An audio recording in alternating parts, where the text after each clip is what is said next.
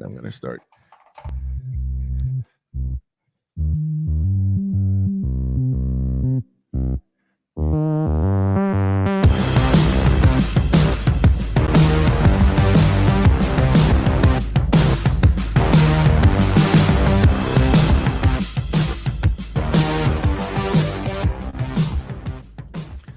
Good evening, people of the internets. We are live on YouTube. We are live on Twitch. We are coming to you in audio form in a delay of some sort. But thank you for being here anyway. Thank you, everybody who's here live. Much appreciated. Love, love, love, and all that kind of stuff. What do we got tonight, guys? What do we got? Tonight, we've got some good stuff. Okay. Today, here's what I did. I went and I looked for articles that instantly annoyed me. Okay. I was trying to figure out what the list was. I'm like, what's this list? And I'm like, now it makes sense. Now it makes sense. so I found this list, or I found this article, and it's from Boy Genius Report. I'll put the link, which I mean is only really one step up from it's really only one step up from Forbes, but okay, careful now. But there's the link to the article if you want to check it out. But basically, this young fella, Zach Epstein, is saying that Apple he posits that Apple is now in a position it's never been in before, because it's like Android has passed it by in the design game. Okay, so we're going to talk about that tonight. We're going to talk about that. We're also going to talk about, if you've been listening to the podcast or watching live or anything, you'll know that I've been all about the augmented eyeballs and stuff. Yeah, you want to have stuff built into your brain tomorrow. Yes, and so I have found this article from Cool Material. I'm not familiar with this blog, but anyway, it's got these new contact lenses that it claims gives you superpowers. So we'll look at that as well. Excuse me. And I'm sure we'll talk about other stuff. Anyway, so before we go any further, I want to remind everybody that this is a live podcast, and there may be things said on this podcast that could offend the ears of the sensitive or the small children. But we have quacks. We do have quacks. And I'd also like to remind people that super chats are open. First 5 super chats get a quack. Okay? First 5 super chats get a quack, then no more quacks for the rest of the show. Really? Yes. Do you have a different sound? I do, but hey Jason. Yeah. Tonight, do we have a sponsor for the podcast? And I'm glad you asked that, Viper, because it's true. We do have a sponsor. Our sponsor this evening is Audible.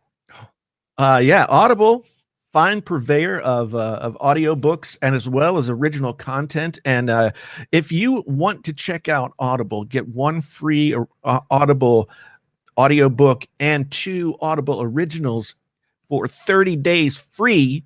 30 days free, and then you get to keep the book and all that stuff. But even if you don't keep the subscription, 30 days, free Audible, 1 book, 2 originals, all for the low, low price of just going to audibletrial.com/painfully-honest-tech and signing up. I've been very happy with mine. I used your code, and right. I got the. Oh, there we go. First one. Look, my lights too. I got my lights going. Oh, okay, cool. When are they going to stop, though? I mean, you can stop lights. Is his first name spelled? Is it Ivan? I call him Even. Even. Thank you very much, sir. Much appreciated. I always feel bad. Shannon vlogs in the chat. Yes, girl. There she is. What's up, girl? 504 with the 504 super chat. Quack me, he says. Yes. There are 3 more quacks left to be had, and then that's something to entice you to super chat. 504. You normally have to pay for that service in Vegas. Oh boy, I wouldn't know. I heard about it. Fat Protos is correct. Audible's return policy is really great. Like you could listen Mhm. to almost all the book and then be like, I'm not digging it. Let and me then tell you- go let me back tell and you, like, if, get another one. if you And- go to cancel, they give you a lot of really good options and things like that if you want to, to keep you around. Just a little Yeah. hint for everybody. Just it's really good. Like their customer service is really, really good. Really good. See, and for those of you who might be worried that if you go and try the Audible trial, but don't decide to get a membership, that we won't be paid. That's not the case. We get paid for you signing up for the trial. So sign up for the trial so we can get paid, and just remind yourself if you don't want to keep it. I mean, Jason gets paid. I haven't seen anything yet. I'm just saying. I haven't seen anything yet either. Wolfguard23, 499 super chat. Thank you, sir. Thank you very much. How many super chats is it now? Is that 3 or is that 4? No. We got 4 super chats. We got 4 super chats. And yeah. Fat Produce was able to listen to the whole Harry Potter series by returning audiobook. That's pretty We're not encouraging this behavior, people. We're just saying not they're encouraging very good. behavior. We're just basically agreeing with this fine person that they do have a good return and exchange policy. So anyway, so yeah, we got the Audible. Check it out. We get paid whether or not you like, as long as you sign up, we get paid. It's all good. All good. So before you go any further though, real quick. So you're talking about articles that annoyed you, and someone brought one to my attention tonight, which I'm gonna touch on later, or maybe on if I feel like it's worth it. But apparently, Gizmodo has an article with the headline "Apple leaves backdoor open for FBI." Oh, yeah, yeah, racy. So you already know, Latrell. as the captain of Team Apple, I gotta go in. Jeez. All right, Latrell got the last of the quacks. There it is. Ooh. Oh, now I'm gonna have to figure out some way to entice you people to super chat some more. Maybe just super chat out of the goodness of your heart, and maybe toward the end of the show I'll quack some more. I don't know. It's hard to tell. I don't. With great power comes great responsibility. You didn't enjoy the quackening back there before Christmas? Yeah. I mean, it was a lot of quacking. It was. Yeah, quacked me up. So. Thank you, everybody who's super chatted so far. Thank you for those who will super chat later on in the broadcast. So I'm looking at these articles that you linked us. Apple leaves the back door open for FBI. Now, I don't know how that headline made it past an editor. Really? I know how it did. Oh, they want to click. They want to click. Oh, I was gonna say the click. Yeah. No, but I mean, just think about it again. Apple leaves back door open for FBI. Oh, Jason. Hey, hold on. I thought this was a PG show. What the fuck is that? I mean, what the heck is that? I used to work at a newspaper. I've worked in publishing for a long time, and that it's not intended that way, of course, but still, it's your job to be like, this could not sound so good. However, yeah, I mean, Apple leaves, I don't know what there was an establishment in my hometown, that I'm not gonna, this is a dirty story. So I'm not going to tell the dirty story. Maybe I'll tell the dirty story some other time. Matt Tyler, thank you. Another super chat. Yeah. The super chat. He's overseas. €5. €5. That's good, man. Yes. Shout out to Juan Carlos Bagnell and his attempt to save us all from deafening ourselves. I'm pretty much gone. I can't hear very well out of this ear. What? Exactly. I can't hear very well out of my left ear, and I can't tell if it's like that side of my head is more congested, or if like I actually can't hear. Oh, and I got a new thing tonight. I set up an IFTTT that whenever you super chat, I have an automatic tweet that goes out and says, "Yo." So we've got right now, Ivan, Wolfgar, 504, Matt Tyler, as well as You're gonna have to teach me how you did that because that's really useful. yeah, Latrell must not have a Twitter because otherwise he'd be here. But yes, I'm Wow. trying to bring the people value. I'm trying to bring the people value, and so there we go. All right. So where shall we begin tonight? Well, let's talk about this Apple design thing. Mhm. Let's talk about this Apple design thing because I don't know exactly how I feel about this. It was not so long ago. Let's get into the Wayback Machine Mhm. and go back to something like, say, the 2017. the Samsung Galaxy 8 S8, right? That was really when Samsung put out a design for a phone that was unique enough to call it not an iPhone clone. Mm. and had build quality nice enough that you would consider it a premium device, right? Mhm. So that's that. I mean, my math is not so great, but that's like 2.5 years ago Mhm. or so. And I like Samsung's designs. Thank you, Latrell. Look, see my lights. My lights are just going crazy. I if you can't tell, I fooled around on IFTTT for a while before the podcast. I was gonna say this is a different side. I like it. Yeah. So Apple, the original iPhone sort of played off of the iPod, right? Yeah, Right. I mean, I've got my dummy right here, but kind of sort of the same, right? So we had more of a rounded sort of pebble-like design for the original iPhone. Then when we got to the iPhone 4, we've got what Zach has there. Mm-hmm. This And is a Mach 5 actually. Yes, Yeah. but they're all the same up to like I think SE. was it 7 they went glass? The 6 they went aluminium, as they say. Okay, yeah. Uh-huh. So that was the whole Bengate thing. Yep. Yep.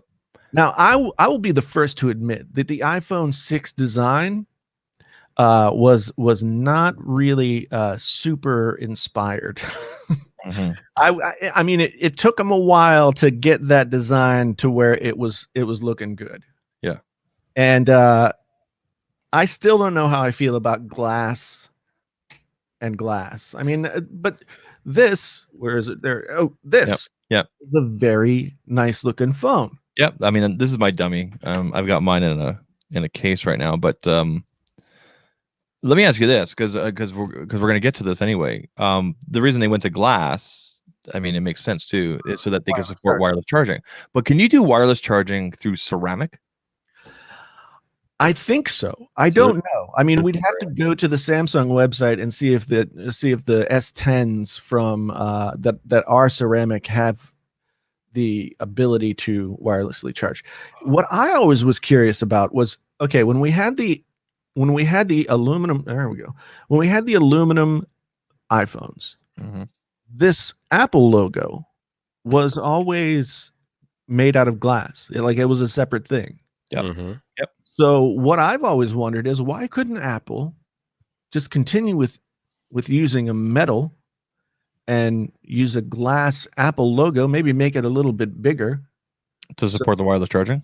to support wireless charging? Because what they could do is they could do what Pitaka does. And this is how you support wireless charging.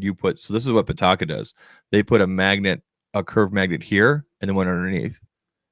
Right. Because the coil's here. That way the charger always fits exactly where it needs to go to support the wireless charging. If Apple did that, like a strong magnet here and here, so it lined up with their stuff, they could go back to completely aluminum and do just that portion as glass, is what you're saying.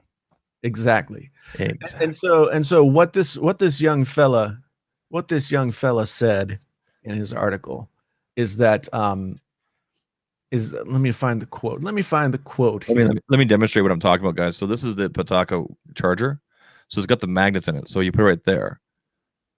Right. This is on your desk, right? So it lines up perfectly to charge. So Apple could do something like that. They could do this region right here, all like Apple logo glass for charging, and then the rest aluminum. If they end up doing it, you guys saw it here first. Right. So to answer your question about whether or not the that ceramic could support wireless charging, the back of the Apple Watch is made of ceramic and it supports inductive charging. So it stands to reason that Yeah. ceramic could support wireless charging. No, that makes sense. So But it's not the Qi standard. It's what you called it.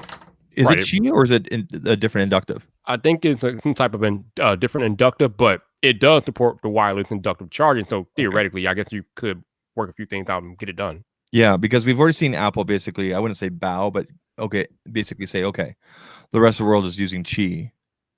Right. We will as well. So for them to go back, I have a hard time seeing them doing that because the whole world's already doing Qi. Yeah, I'm curious. I'm curious to see what they do. I mean, I don't think they're going to go as far as to like jump through the hoops that we just described because they just probably won't. Yeah. But here's the section of the article that really got me steaming. Okay, so it's now 2020 and Apple's iPhone is about to get a long overdue refresh. The iPhone 12, 12 Pro, and iPhone 12 Pro Max are rumored to feature a stunning new design that, according to top Apple insider Ming-Chi Kuo, will be a modernization of the iPhone 5 design everyone loves so much. Yay, thank you. Yeah, Yay, thank you. I dig They it. will all feature a flat steel all the way around the edges, along with a new camera setup on the back. And around the front, however, the iPhone 12 series is expected to have a giant notch in the display. Apple uses an advanced 3D facial recognition system on its phones, and it appears as though those sensors need that to be cannot yet be shrunken down to small enough to fit in a narrow bezel. Okay, so his point is that Android phones have gone all screen.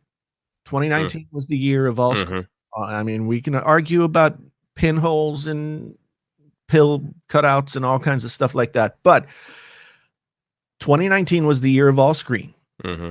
And so Apple is so this guy's thesis statement seems to be because Apple still has a notch and Android phones have moved on from a notch.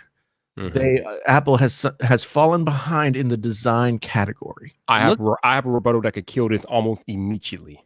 Immediately? And we still got some time to talk. Do you want to kill it immediately? Yeah, maybe I should because I could kill it immediately. I mean,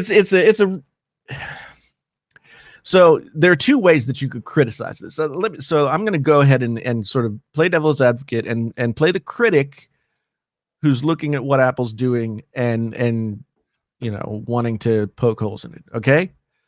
So first off, they're going back to an old design, right? Yes, it'll look different, et cetera, but it's still an old design. And then they can't get away from the notch, and yet Android is moving forward with all other kinds of things, foldable phones, et cetera. So that's a counter argument that I feel like people would make, that foldable phones are somehow like well designed. Like, yeah. I guess somebody could make that argument, but I don't know. Zach, what do you think? Okay, so I think I know what direction Viper's going to go with this. I might touch on a little bit here, but okay. So the new Galaxy S20 coming up, or even last year's S10, or even the Note for that matter, have just these pinholes at the top, right? Yeah. Okay.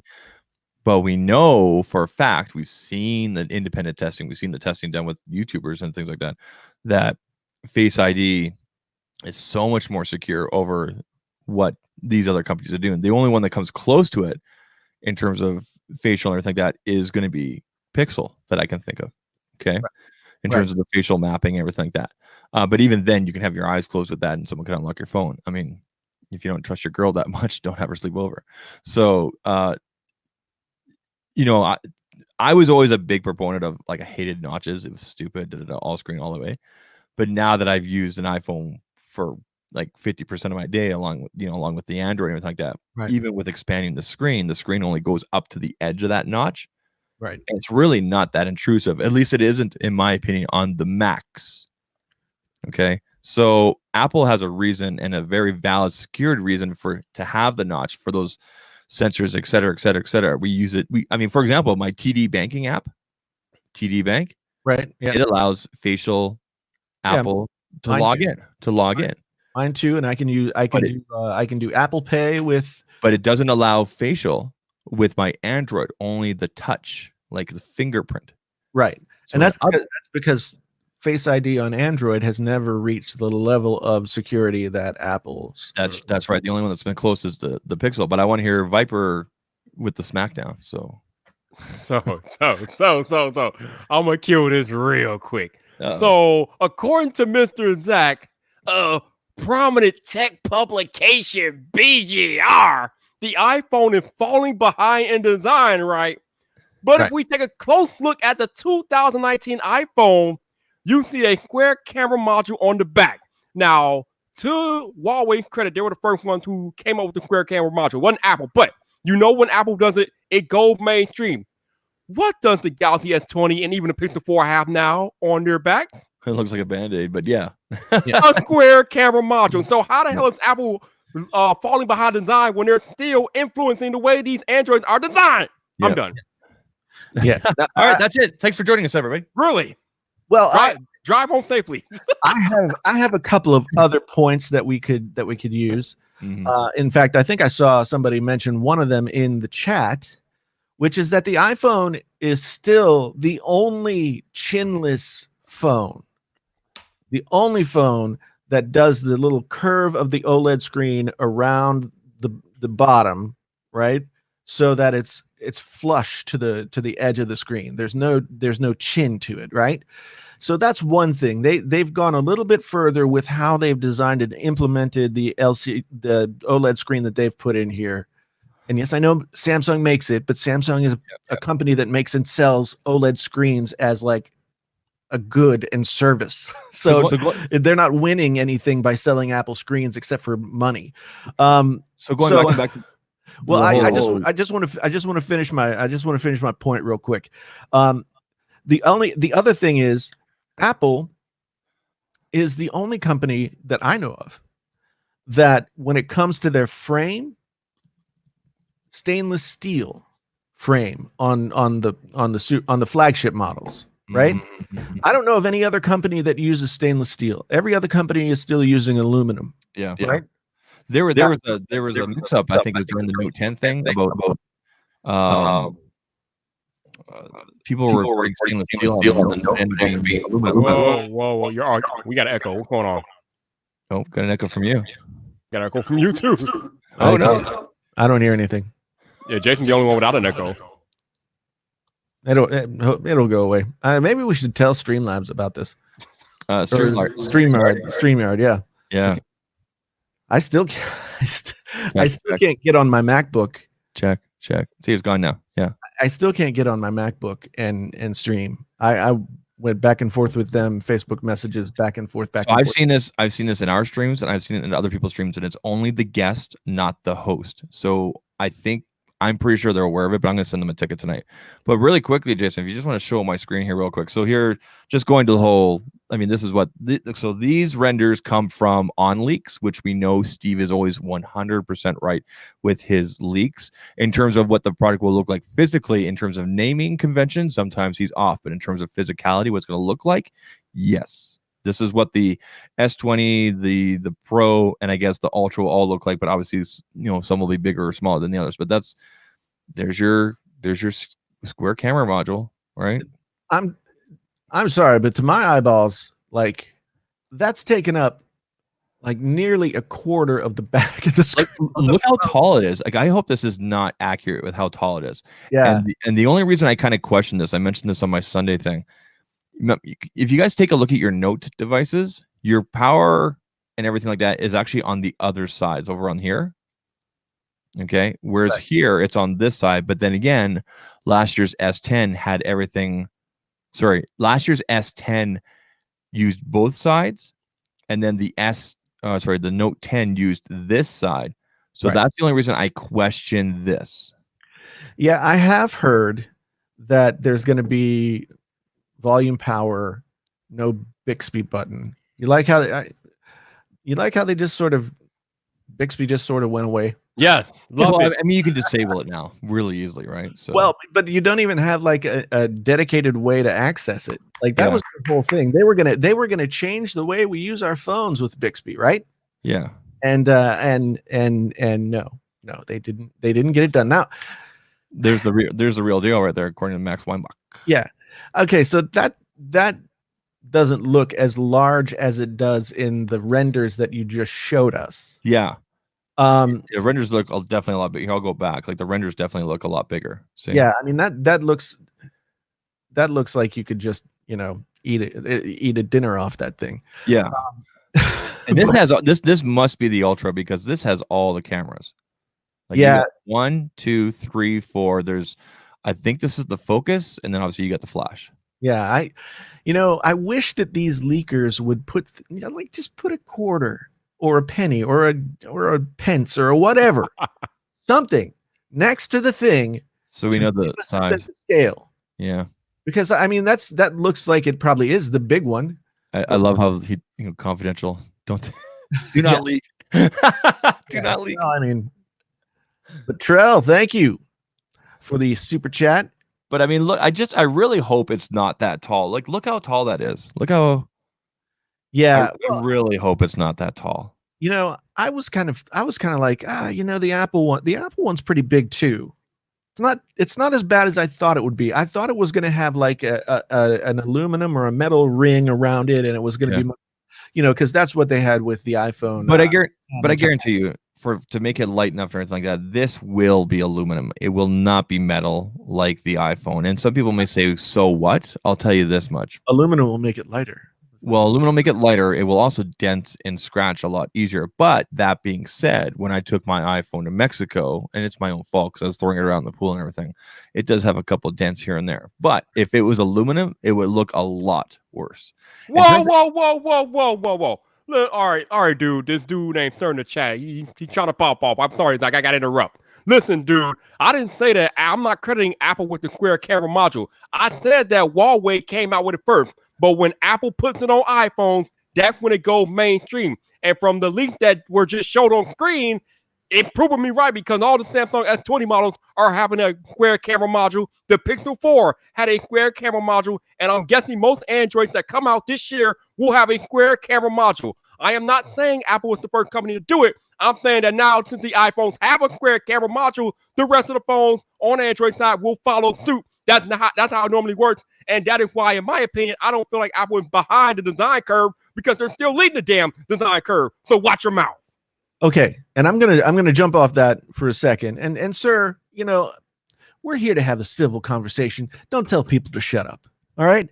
Otherwise, that's not very nice. But yesterday I made that video about the headphone jack. Now, Apple wasn't technically the first company to take away the headphone jack, right? Apple took away the headphone jack right after Motorola did on the Motorola Z Force, whatever, when it came out. So that's another example of there we go. Apple doing something and then everybody else following suit. And there's reasons for that. Okay. So Apple took away the headphone jack. Mm-hmm. And then within a year to a year and a half, they had AirPods, right? And AirPods went like gangbusters, and they're a really good product. And I'm not taking that away from them or anything. But as soon as Apple took away the headphone jack and proved that you could make money by doing it, everybody has followed suit.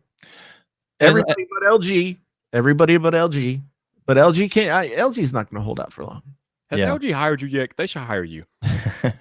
I couldn't even find a social media person at LG's booth at CES. Yeah, it was interesting when I went over there too. I'll say this though, a couple of years back, we all complained this and then, the thing with the headphone jack and the audio won't be as good and everything. Yes, audio is not as quote unquote as detailed and where it should be with wireless, and that's simply because of the frequency and how things are transmitted. You've gone through this many times, Jason, and everything like that.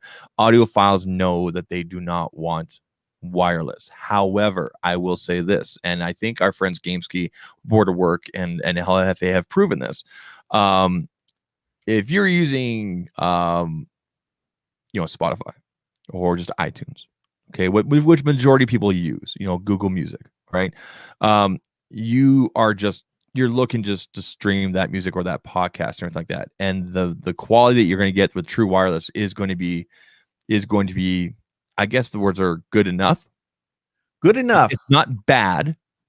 I wouldn't call it bad. The tyranny of mediocrity is what I call it. Yeah. It's the tyranny of mediocrity. Mm-hmm. This is the thing that bothers me. And I understand it on some level, but there's also a part of me that fights against it for this reason. Just because people don't know what they're missing doesn't mean they shouldn't have access to it. Mm-hmm. It's like, you go out and you buy a really expensive TV and it's got all the fancy features and blah, blah, blah. I mean, you might not be able to utilize all these fancy features all at once. It might take you a while to get to know the TV and all that kind of thing. Mm-hmm. And to echo what Frank Goodman is saying, he says, I'm using Tidal, so wireless audio is trash for me. Yes, if you want a really great audio experience, wired, go with Tidal. I 100% agree with that, because I've tried out the 1 month trial kind of thing. Yeah. But in the end, in terms of how often I listen to music and everything like that, Spotify ended up being the better choice. And because I could use true wireless. Now, if you get Tidal and go true wireless, you're doing your ears a disservice. But if you go wired with Tidal, and that's one of the things that, and just as a side note, is kind of hurting Tidal, is that they're not emphasizing advertising that properly, that people understand why they should go with them, in my opinion. Well, I think for some of the same reasons that we're talking about right now, like nobody would really, nobody, it would be gibberish to most people. Right? Yeah, and it's unfortunate that gets lost with the whole simplistic language out there, right? So I'm putting something in the chat. Mm-hmm. So here's our bandwidth. Okay, I'm going to pull this up here so we can see it. Bluetooth has the ability to produce up to 768 kilobits per second in terms of bandwidth, while wired can do 2300. Wow. Okay, so it's more than twice it has more than twice the fidelity. Let's say it that way. Professor Lewis, damn. So, Woo! Most lossy forms of audio, like MP3s or something like that, are anywhere from 250 to 500 kilobits per second. It used to be, we used to do 160 kilobits per second. When I downloaded music off of Napster back in the day, which you shouldn't do, kids, you should pay for your music. But when I used to download music off of Napster back in the day, you messed up too late. I know. I used to look for like 240 or higher, but I usually settled with 192 for the clubs. The sweet spot for being able to listen to, in a non-critical fashion, an MP3 and have something that sounds that will approximate what the real recording sounds like, 320 is like the ceiling. Yeah. Right. I have a few of those, yeah. So as you can see here, the problem is Bluetooth can handle lossy MP3 style audio forms fine, because they can't outdo it, right? But as soon as you go lossless, and this is where, like, if anybody who has a Tidal subscription and uses their AirPods or anything like that and listens to like the master quality stuff, you're not getting anything. You can't, because it's just not possible for wireless headphones to pass through the audio at the bit rate that it's coming through at.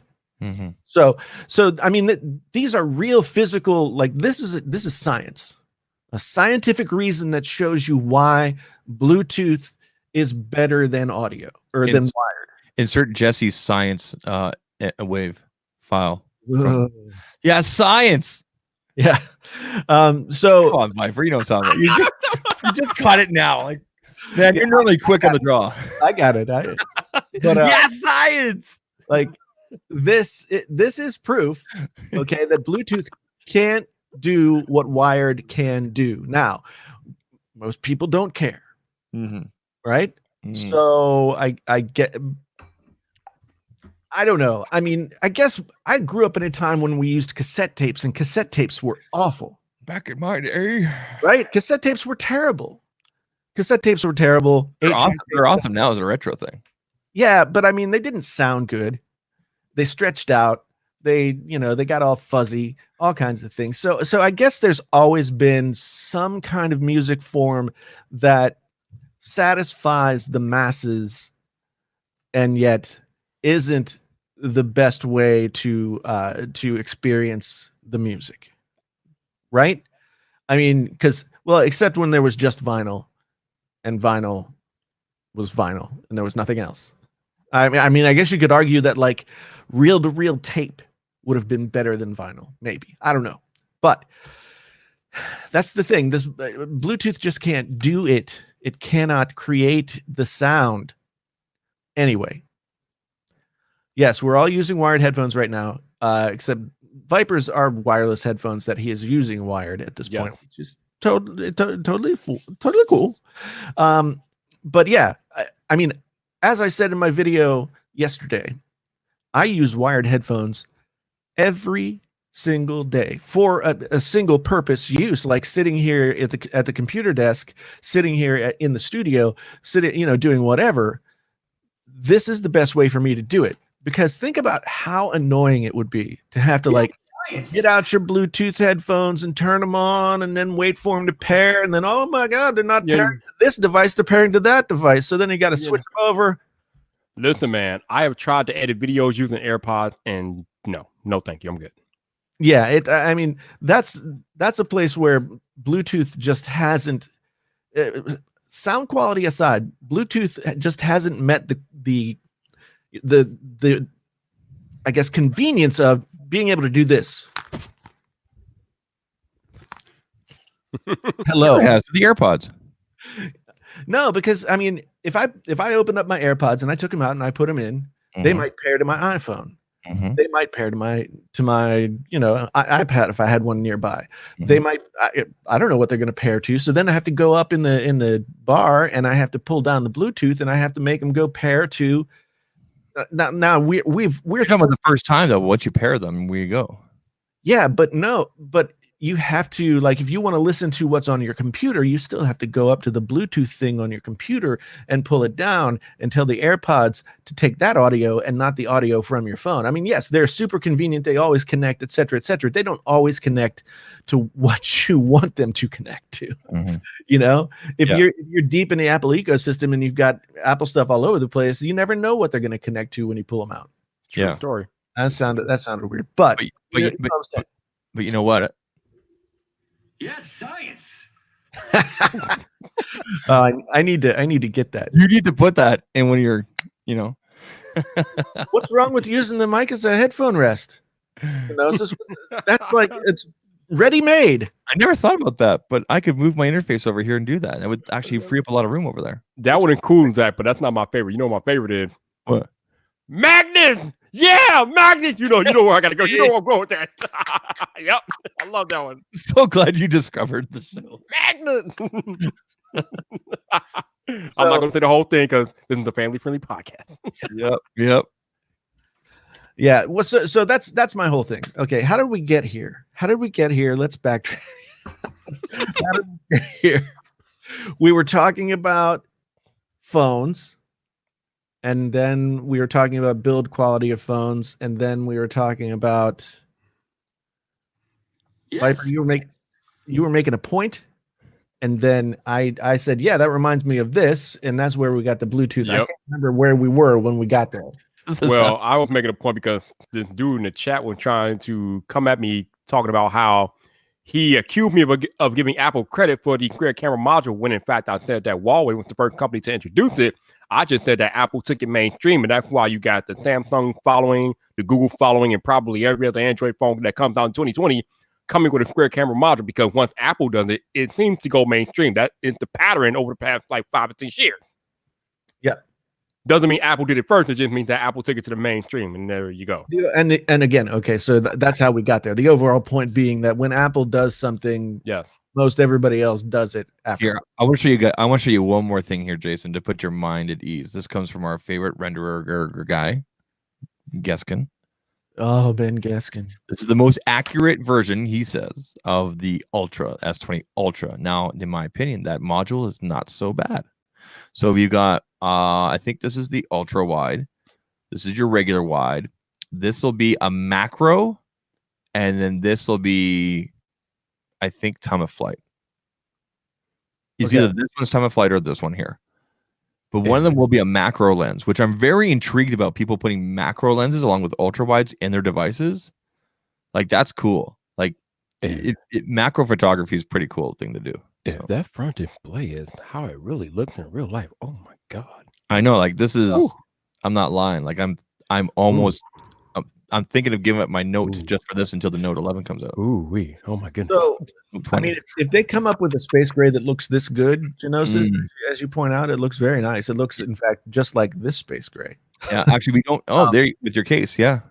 It looks just like the iPhone space gray. If they come up with a space gray that looks that good, I will eat my hat. We we don't know any. We don't have any information yet about colors. But I will tell you this: I've seen the accessory list for the accessories, like the OEM, the Samsung accessories list. I've seen that list, and there are two variants of gray in there for their cases, which suggests, based on past, that the phone will come in some sort of variety of gray. Detective Talk Tech is in the building. I like it. Hey, I still got the access. Still got the access. Right, baby. Yeah. Yeah, well, I mean, And they always make their accessories the same color. Sorry, go ahead, Jason. they usually come out with like one or two good colors, and then the rest are like what the heck are you thinking about? Yeah. But you know what? Like, if you really want to know what all the colors are gonna be like, I'm telling you guys this right now. Like, okay, so I went through my top 5 or top things you should, consider before buying a cell phone, like a guide earlier today during the pre-show. My last point was patience. Okay, patience. A good example of patience would be this: the Pixel 4 comes out, Pixel 4 and 4 XL. What happened 2 weeks later? Black Friday, they slashed it by like $300, right? Right. Yeah. Meanwhile, the time has already gone by for you to return or exchange to get that money back.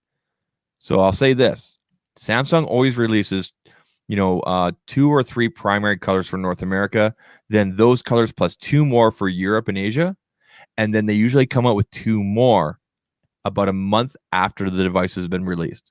So if you want to know what all the colors are going to be, wait till April. And also by then, all the reviews will be out, all the drop tests, all the and then you can go buy your device with confidence. Well, so here's another thing too. If you Best Buy always gets their own color as Mhm. well. Best Buy always has an exclusive color, like the Note 10. I think it was the blue color for the Note 9. Does Yeah. anybody even buy that like ever? That was a nice color. I wanted to get it. I bought it. I mean, I'm a black or a white or something of a gray or a silver kind of person. Like I'm not going to go super color, although I do like red. I thought you were about to say you're a black guy, and I was like, Jason, no. No, I did not say that. You almost did. I did not say that. Okay. But yeah, you want to keep your colors simple, right? I just, I like to be able to like have something that is just universal good, Mhm. right? Good with everything. Yeah. And so some of the colors I realize there's a cultural component to that as well. Mhm. Like color, the colors are popular in different parts of the world, in ways that they aren't here in North America. And I get that. I get that. Like in North America and Canada, US, we will always get the black, whatever, because they're always going to come with a black or like a gray. There will always be a black or a gray, and then it's up to the carriers usually, depending on quantities that they decide to put forward, like to tell Apple, because what Apple or what Samsung has already done, like up to like a month ago, I think it was back in late December, they've sent swatches of what the colors will be to the carriers, to the buyers, specifically to the buyer. So for example, I know the buyer that buys for Bell Mobility. So one of the largest, if not the largest carrier up here. And so he already knows what the colors are. And he always gets a black and then 2 others. And he has to pick basically he has to pick 2 because Bell doesn't want to carry that many colors. Right. And then if they want to do special order, they can. In the United States, depending on how big the carrier is, Verizon, AT&T, et cetera, they might carry all 3 colors. But yes, like you said, there are certain colors slated for certain countries because they're proven to work. Yeah, Right. I was wondering, like, it must be some type of marketing thing, according to country or whatever, because usually the North American country usually get the darker colors, and the other countries usually get the brighter colors. Jason, I have a question for you. Okay. Your social media handles that you have at the top left of the screen. Is there any way for you to move those down to the bottom left? I would have to redo the image, Okay, never mind then. which I can do, and maybe I will do. Basically it's just a transparent PNG with. I think you just need to move it down a little bit so that well, here on the playback for people watching it looks fine. It's just for us. No, but what I'm saying is that like the snowshoes are like in his box, so I'm wondering if there's a way he could like move them out of his box into the open area Viper between. will be able to see all of this. Yeah, right. You Oh. know, but it's a PNG, so yeah, nothing you can do about that. Okay, no, never mind. Well, I was also going to say is that another factor for color picking also comes down to the accessory providers. So big names like OtterBox, Incipio, things like that, they also play a major part in. Okay, are you going to come up with a white phone? Are you going to come up with a black phone? Okay, this is how we can. Oh, time out. Mhm. So you said that the accessory makers play a factor in color. Wouldn't they have to like do whatever they're doing off of what the carriers do? How does that work? So what'll happen is Samsung will go because Samsung, for example, let me rephrase that. OtterBox, for example, is a Samsung partner. Okay, so when you buy a case for your Galaxy Note, okay, it says right on the packaging from OtterBox, made for Galaxy or made by Samsung or for example, Nomad, this, it says right on there, made for Google. Okay, so that's a partnership. So they've worked together on making sure the molds are proper, but at the same time, that manufacturer, Google, Samsung, whoever it is, has gone to OtterBox, whoever it is, and said, hey, our devices for North America will probably be darker or lighter this year. Plan your designs and your colors around that, about what you want covered or whatever. So for example, if you buy a space gray iPhone, the clear symmetry cases that go with that, with the corresponding gray, match with the bumper around, and also the designs on it, everything like that. So they'll work together like that. Interesting. And the manufacturers will then take that information. So Samsung, Google, whoever it is, will take that information and go to the carriers and say, listen, you're going to have a symmetry and a Defender, a commuter support for these devices on launch day, as long as you go with these colors. And then the carriers say, okay, yes, we'll get the black. Yes, we'll get the white. Right. Okay. Yeah, that makes sense. So everybody's kind of like working together without getting full details. Juan Contreras in the chat. Hello. Gotcha. Okay. It's very interesting. It's very interesting. Yeah, I'm interested in seeing what happens. Do you still have the render up there? I can bring it up. Yes, I can. Which one? The Geskin one? Yeah, either one. I just want to point out to people what it is that I was referring to when I referred to the no chin of the iPhone, because I don't know I don't know that a lot of people have really talked about this very much. Up there.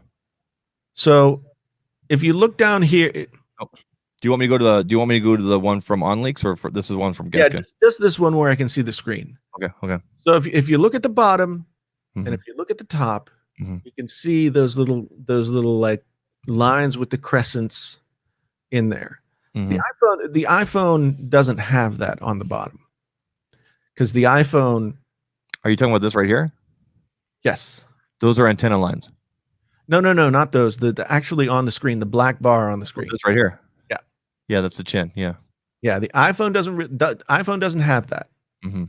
because of the way that they fold the screen under, so there's no line.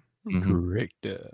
So whenever people complain that the iPhone is like, lagging behind in design or something like that, I'm thinking like, there are so many things that like them or hate them, there are so many things that Apple does when it comes to designing their products that that just really make a difference between being, oh, that's a nice product, to Mhm. like that is a really premium product that I feel like I feel a little bit of gravitas when holding, and it's a good product, and it's solid. Like you pick up an iPhone compared to an Android phone.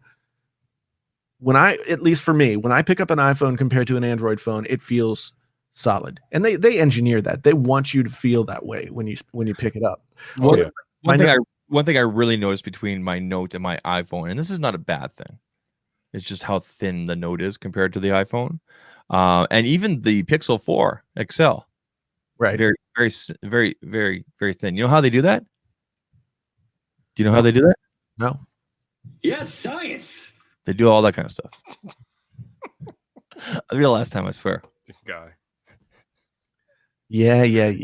Remember, do you remember when Apple made a big deal about how thin their devices were? And then they threw that out the window when they went glass back to get a little bit thicker, to get a little bit battery. And now look at it. I mean, you can practically get 2 days out of it, right? Mhm. Right? Okay, Jason. I think it's time to talk about the magic eyeball. So I got to Yeah, edit Mr. this. White. Yes, science. I've got it on a pad now. You There got you it go. on there. Nice. I've got to edit it down, but I've got it on a pad. So yeah, let's talk for a few minutes about this magic eyeball. So here's the story.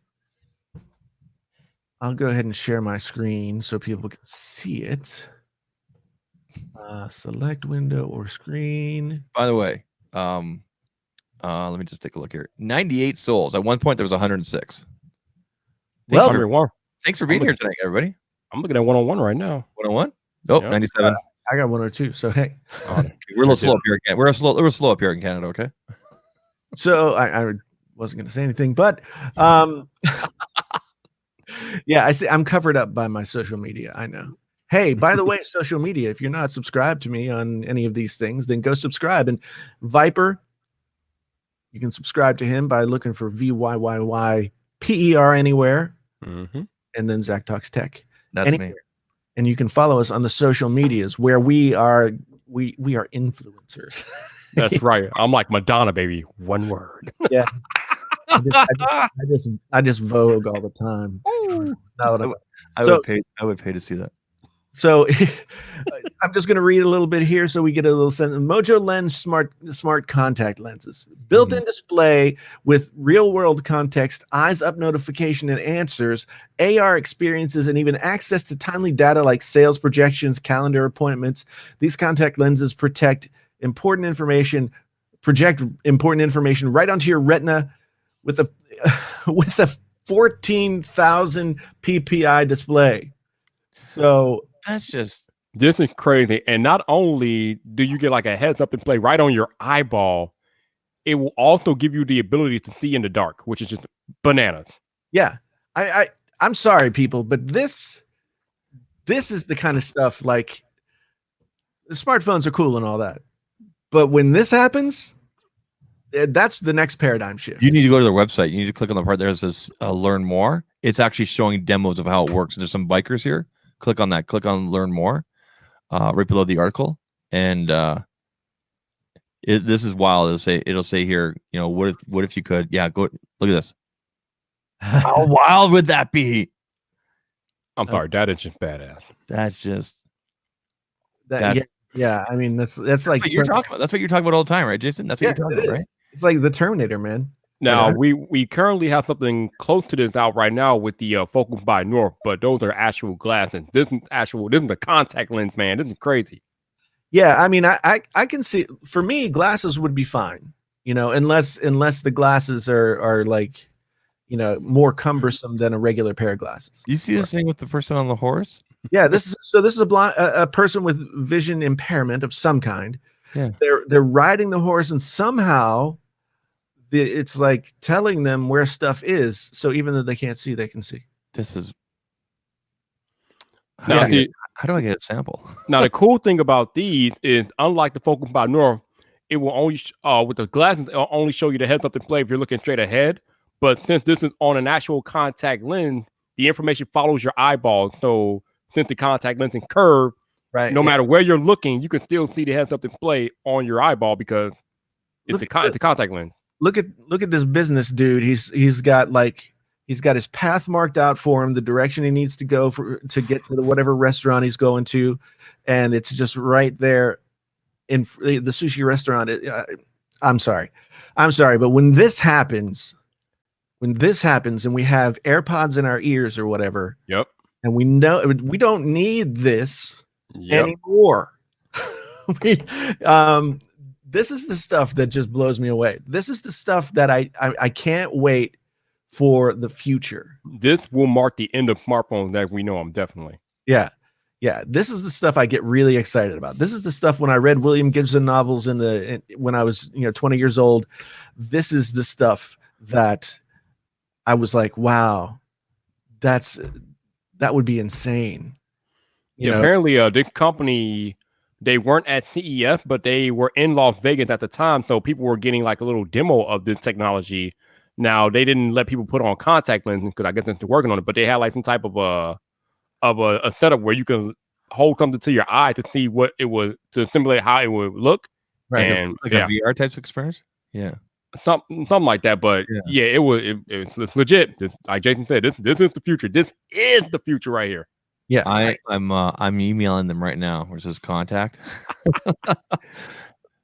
Now, it was funny that we're talking about this because this is what I thought that Apple would be introducing last year or at the last iPhone keynote when there were all those rumors about Apple making possible AR glasses.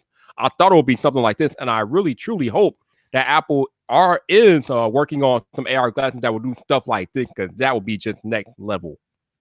Yes. This is, I think, what Apple has been talking about when they've talked about AR in the future and blah blah blah, and we haven't seen it. We haven't seen it. No, but when this happens, you know what? I would be surprised. Like if Apple, here's what Apple does when they see something that somebody else has figured out and it's working well, and they buy it. pretty much. Now they do kind of have like a demo of this tech in the new Apple Maps version. I know right now I think it's only working in like San Francisco, but if you like pull up Apple Maps or whatever, and you're looking at what's happening in your general location, you'll get like storefronts, names, and information and things like that. So they kind of have a working demo in Apple Maps, but hopefully they can take that and transfer it over to like AR glasses and things like that, and then it will really be amazing. Yeah, because when I was in Vegas, like I wanted to use the maps to just like so I could walk to where I was trying to get to, because you look around and there's no straight path to anything. Right? Yeah. And so I was trying to use it, but it's like you're looking at your phone and then you're looking up and then it says go right, and I'm like, well, if I go right, I'm like, going back the way I came. What are you talking about? It was just really difficult. So if you could have a heads up display like this that was doing it for you, Mhm. then I'm very, very cool. These are the things of the future. Yeah. I just emailed them, so let's see what happens. Yeah, I've got their contact page up here as well, so I'm gonna get in touch. People made fun of Google Glass because Google Glass looked silly, Google Glass was way ahead of its time though. but it was. Yeah, it was totally a concept that wasn't really supposed to come to the masses, and it did in a way that you could get the headsets.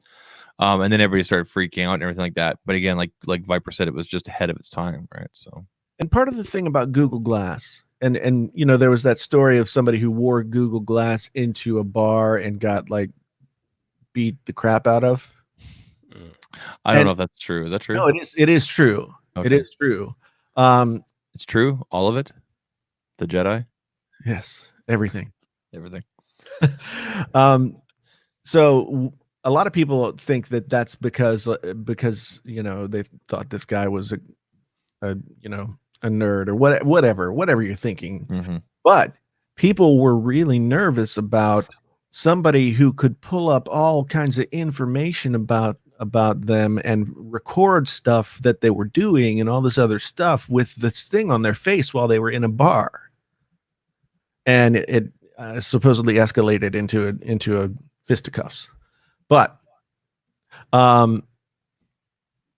yeah, that's something that we're going to have to deal with as this stuff becomes more prevalent, because Well, I mean, okay. So, for example, there are places, from my understanding, places within, like, for example, Washington D.C., where cell phones won't work, like certain buildings and everything. Okay. So, if some sort of regulation comes out or something like this, depending on the information that's being transmitted, et cetera, maybe those signals can be knocked out if someone goes into here or into there. I don't know. I'm just thinking. Philosophically, it's one of those things where it's like, okay, philosophically, it's like, okay, if this technology, like it's like the internet, nobody Mhm. should own the internet, and as soon as somebody tries to own the internet, then the internet is compromised. Mm-hmm. And so this is sort of an extension of that, where you're still using the internet. Basically, Mm-hmm. you're using it in such a way that you can have all this information heads up right in front of your eyeball. Mm-hmm. But that means you could, like, it could be a good thing, it could be a bad thing. You can Google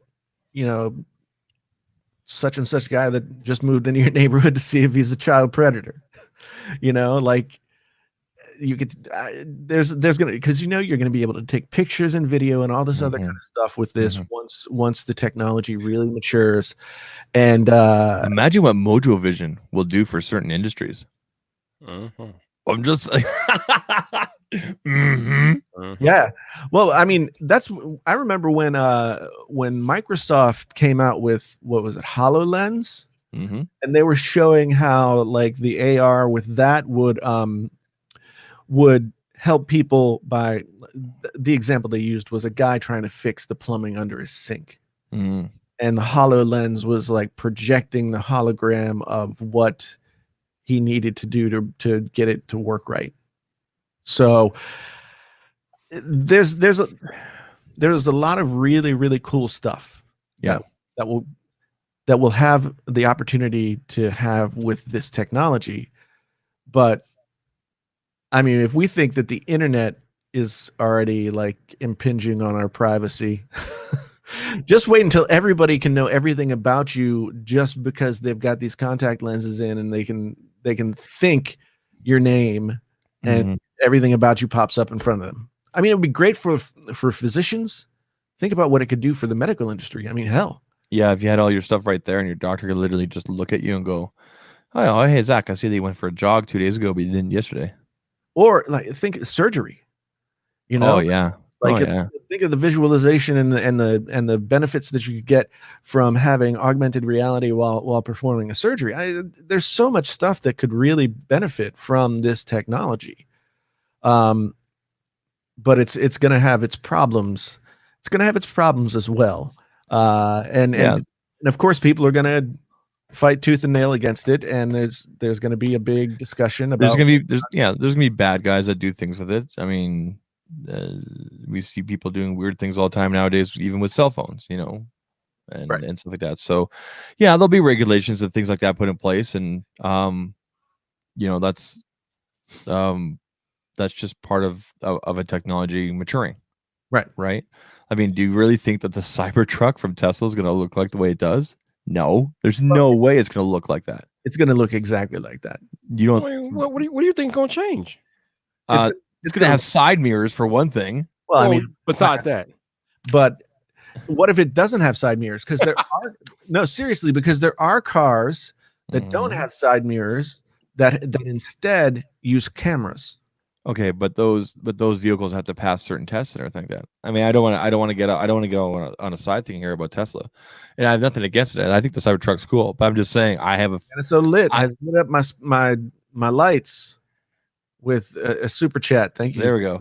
I just think that the Cybertruck's going to look a little bit, not completely different, but different than what the current state is. I tell you what, man. I think it's going to look 99% just like it looks. Hey, I kept my deposit. Hey, Jason, didn't you deposit on that? No, I didn't. Oh, I thought you did. I kept my deposit. I figured I had like 2 years. I had like 2 years, so I'm going for that over the Escalade. Yeah, the Cybertruck will be mine.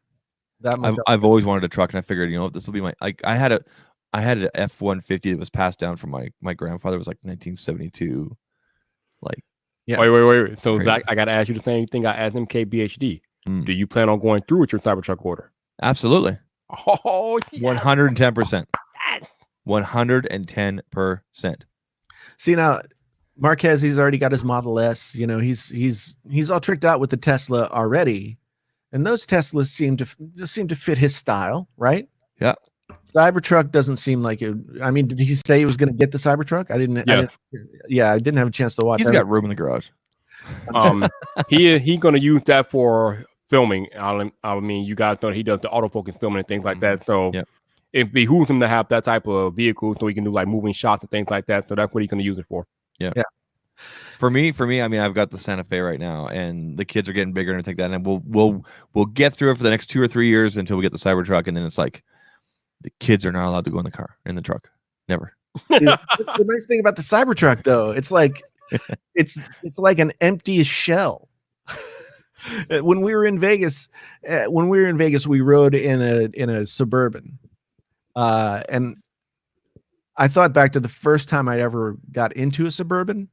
My dad had one. It was probably like a 1976 Chevy Suburban or something like that, or maybe Yeah. older. It was a piece of crap when he had it, and that was like the late 70s.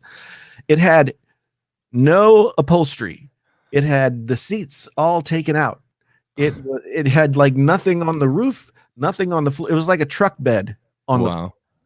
That was the Chevrolet Suburban that I was introduced to as a child, and now it's like a friggin' luxury vehicle. That's not a Yeah. work car. That's not Yeah. a work car at all. It's interesting. But it was pretty crazy. But you know what? We've gone past 1 hour, which is the time limit for the podcast. So for those of you who are listening to the podcast audio, we are going to very soon be taking our leave so that we don't take up too much of your day. But if you find yourself on a Tuesday night wanting to be a part of the Painfully Honest Tech podcast, where you can like give it a super chat and get a quack or turn my lights on and off or whatever you want to do, or just have us answer some questions for you right there, boom, boom, boom, boom, like that, then please come by 7 p.m. Central Time every Tuesday night. We do this. So, Zach, what are your final words? I'm looking forward to the Galaxy S20, whatever it's gonna be called, or 11, and I still think tech is exciting, and I'm keeping my Cybertruck pre-order and Yes, science. and all that good stuff, right? So Exactly. So, Viper, final thoughts from you. All right, foolish mortals, you listen up real quick to me.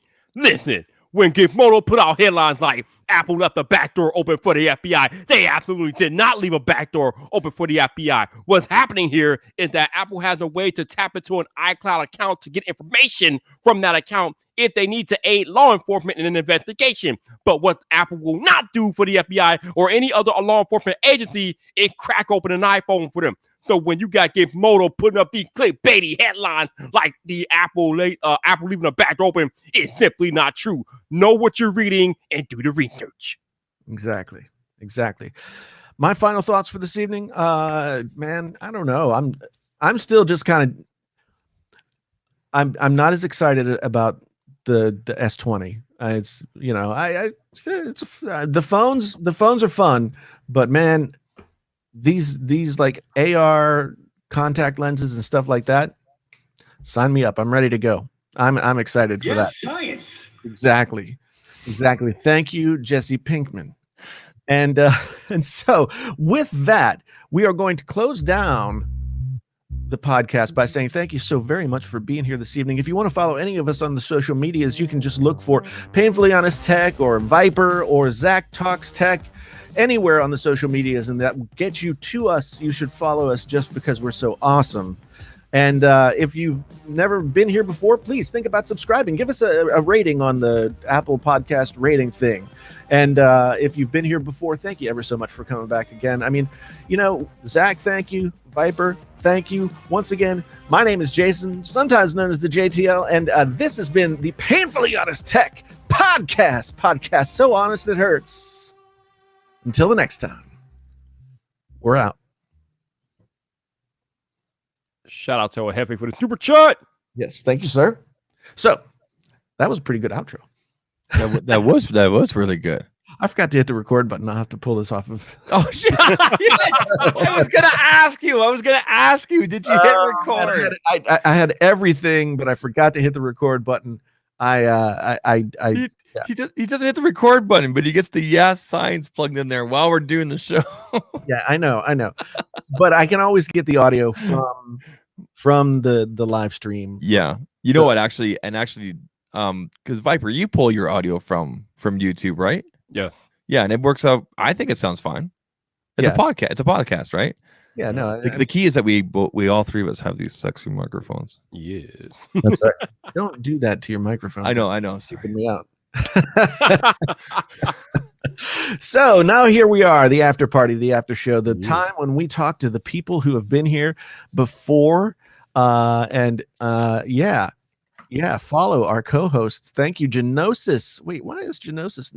Oh, I was looking at this Streamlabs or the StreamYard and not the YouTube, and I was like, Genosis is supposed to be a mod. So anyway, I was confused for a moment. It's all okay now.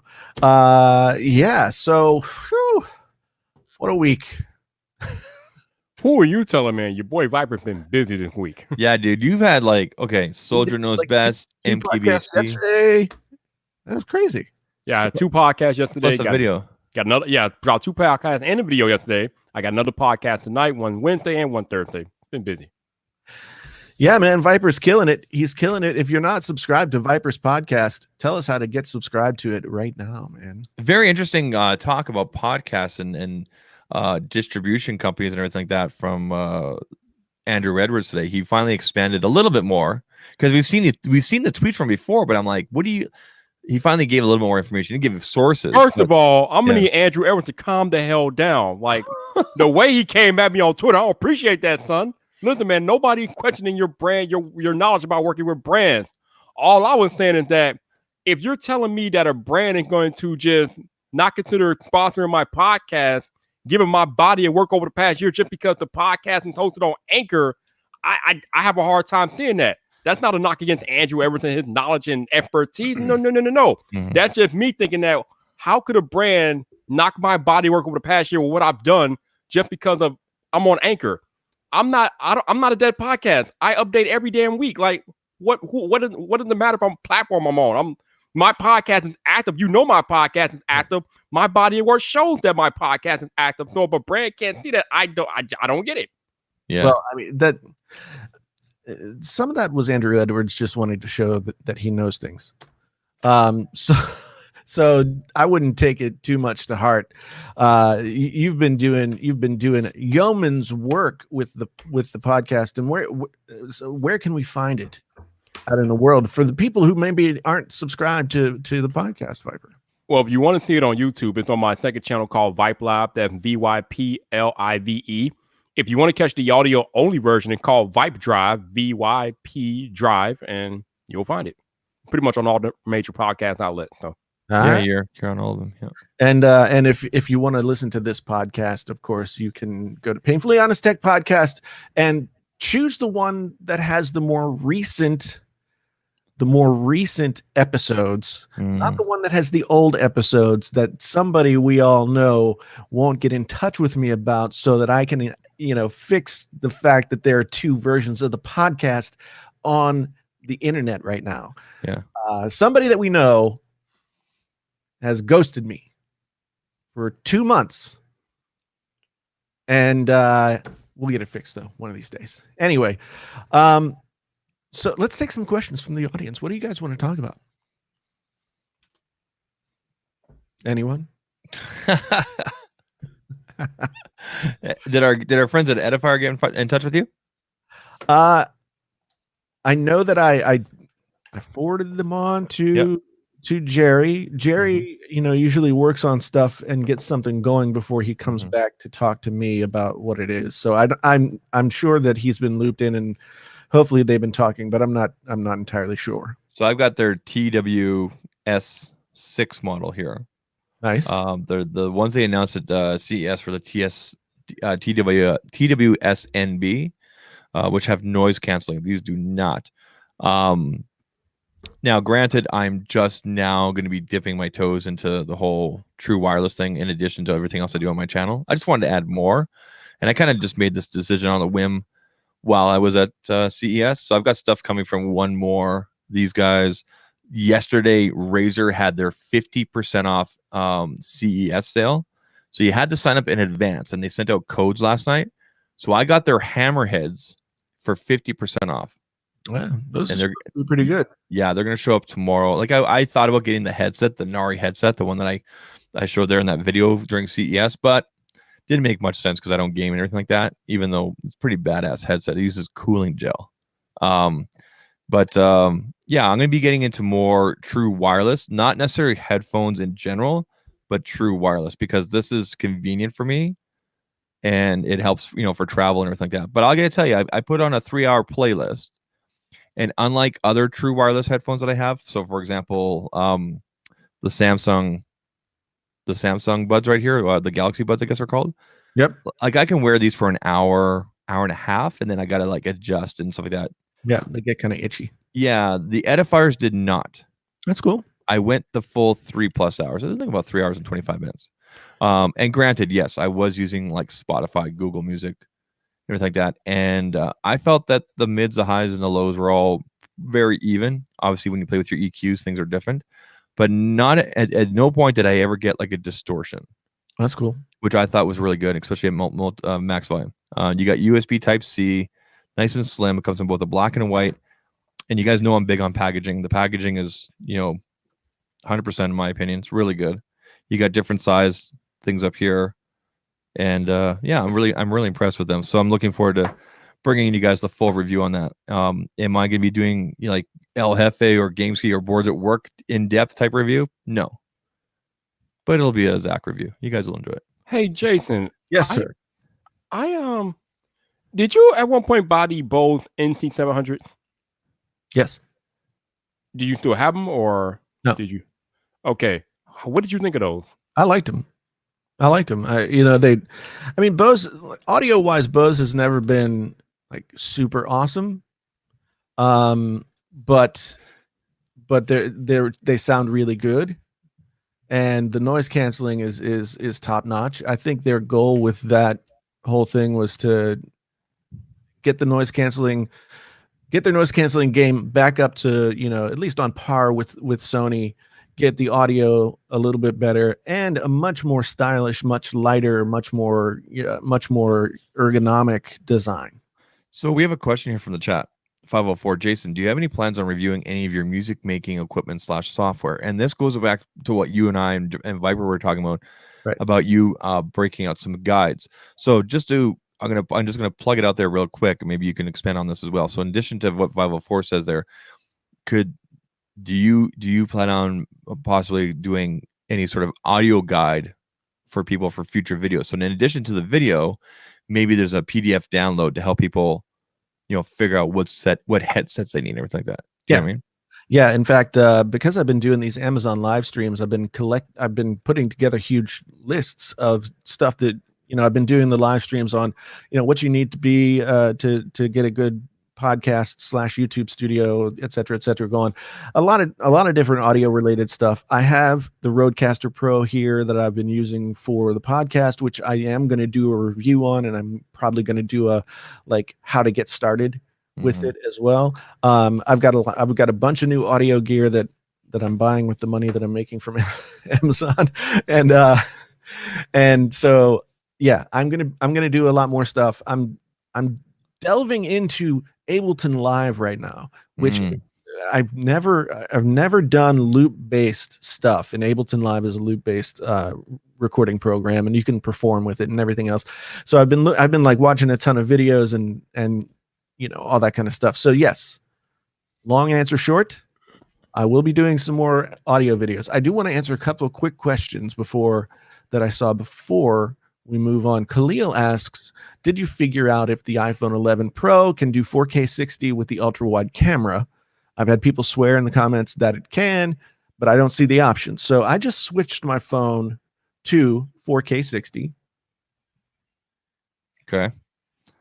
You probably can't see that. Here, I'm going to go full screen so you can see. Yeah, I see it. 4K 60. Yeah. 4K 60. And right there, they're all available. So you can do ultra wide. Yeah. Yeah.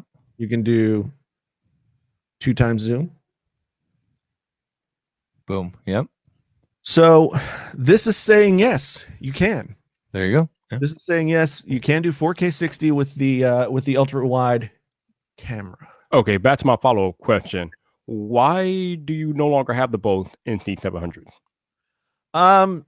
They were expensive, and I didn't feel like having that much money sunk into a pair of headphones when I already have headphones. Gotcha. I mean, it's nothing really against them. I meant to review them, and and I actually sat in the Best Buy parking lot and did like B-roll and stuff. So maybe I could still review them, but but I just got to the point where I had to take them back, and I hadn't had time to do the review yet. They are good.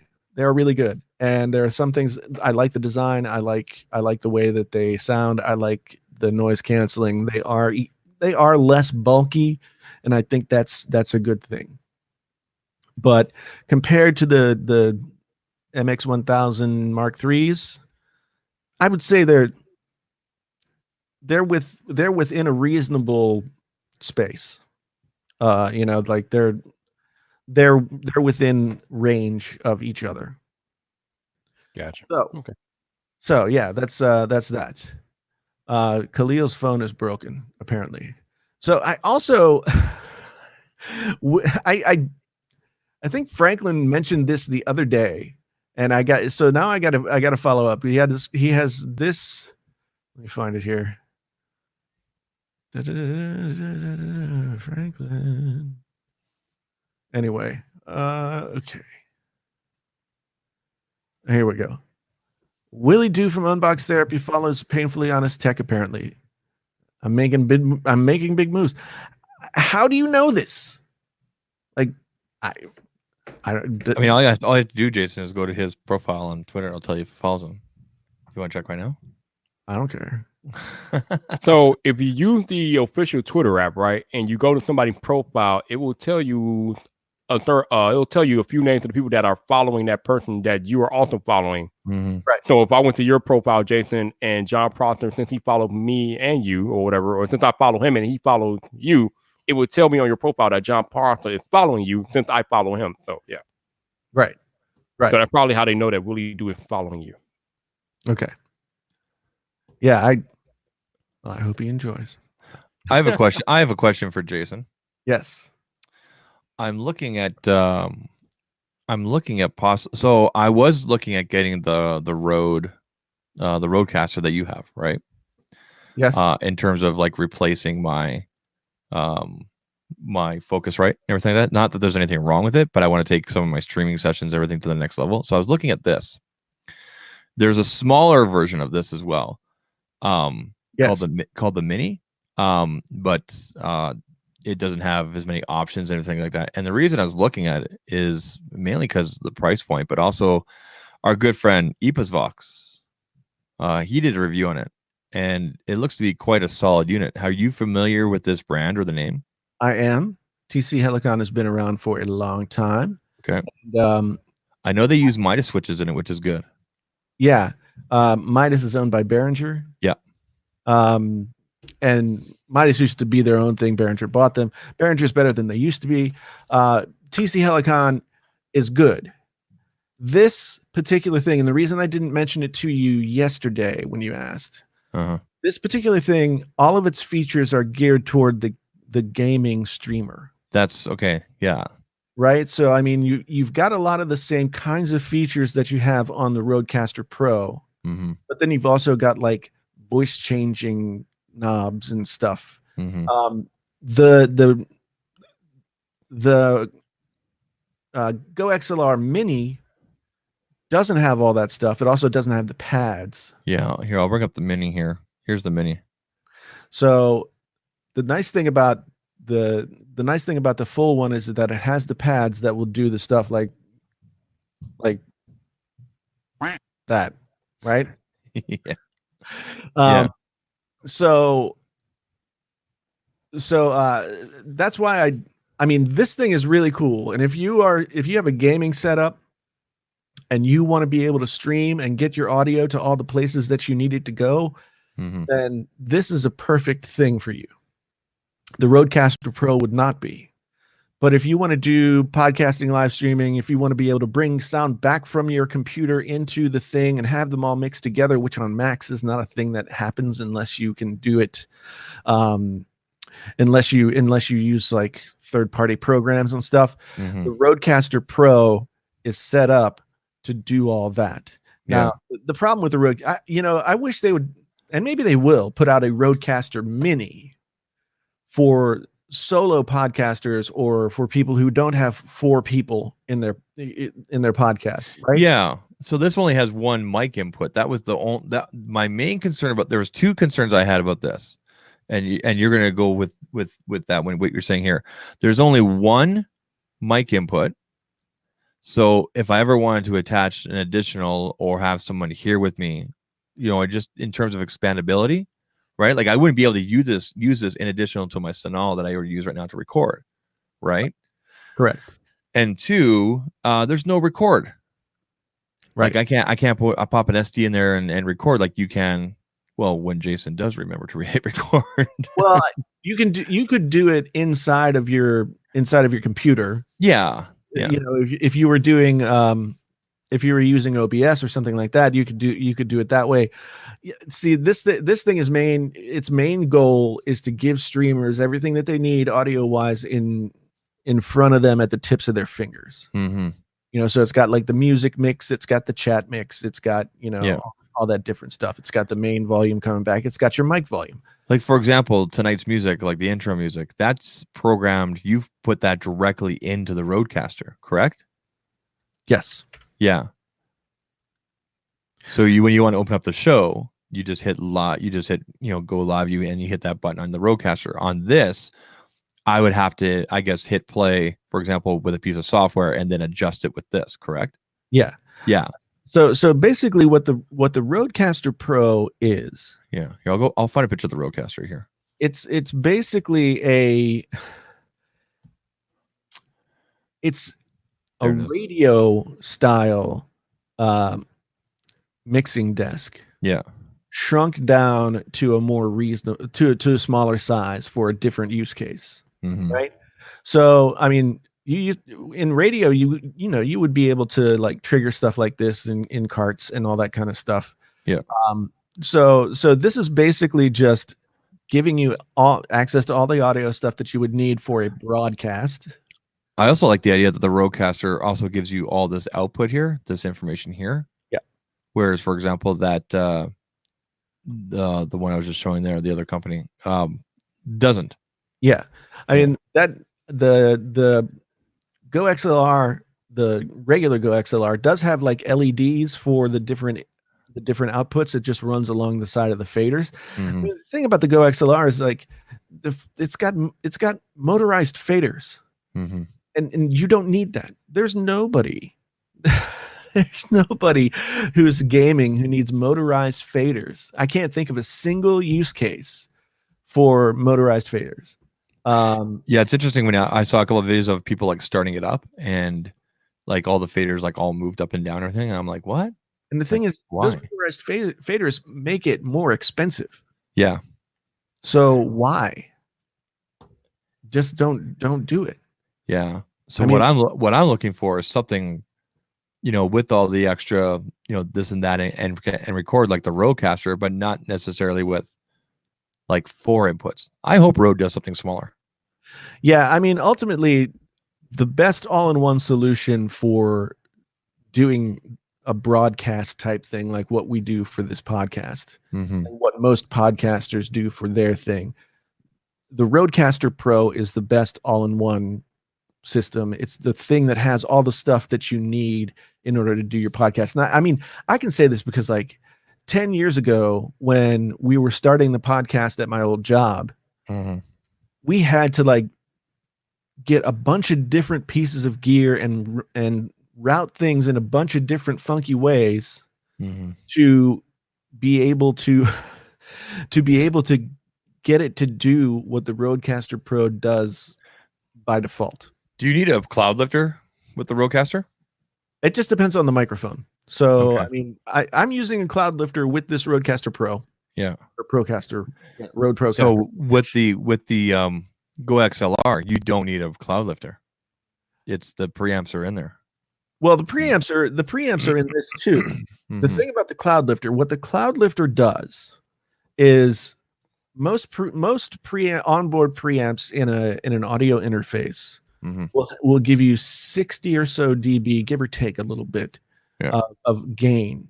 Like so, you can turn up the knob for 60 dBs of additional punch, right? And that's what helps you bring your mic level output to line level input.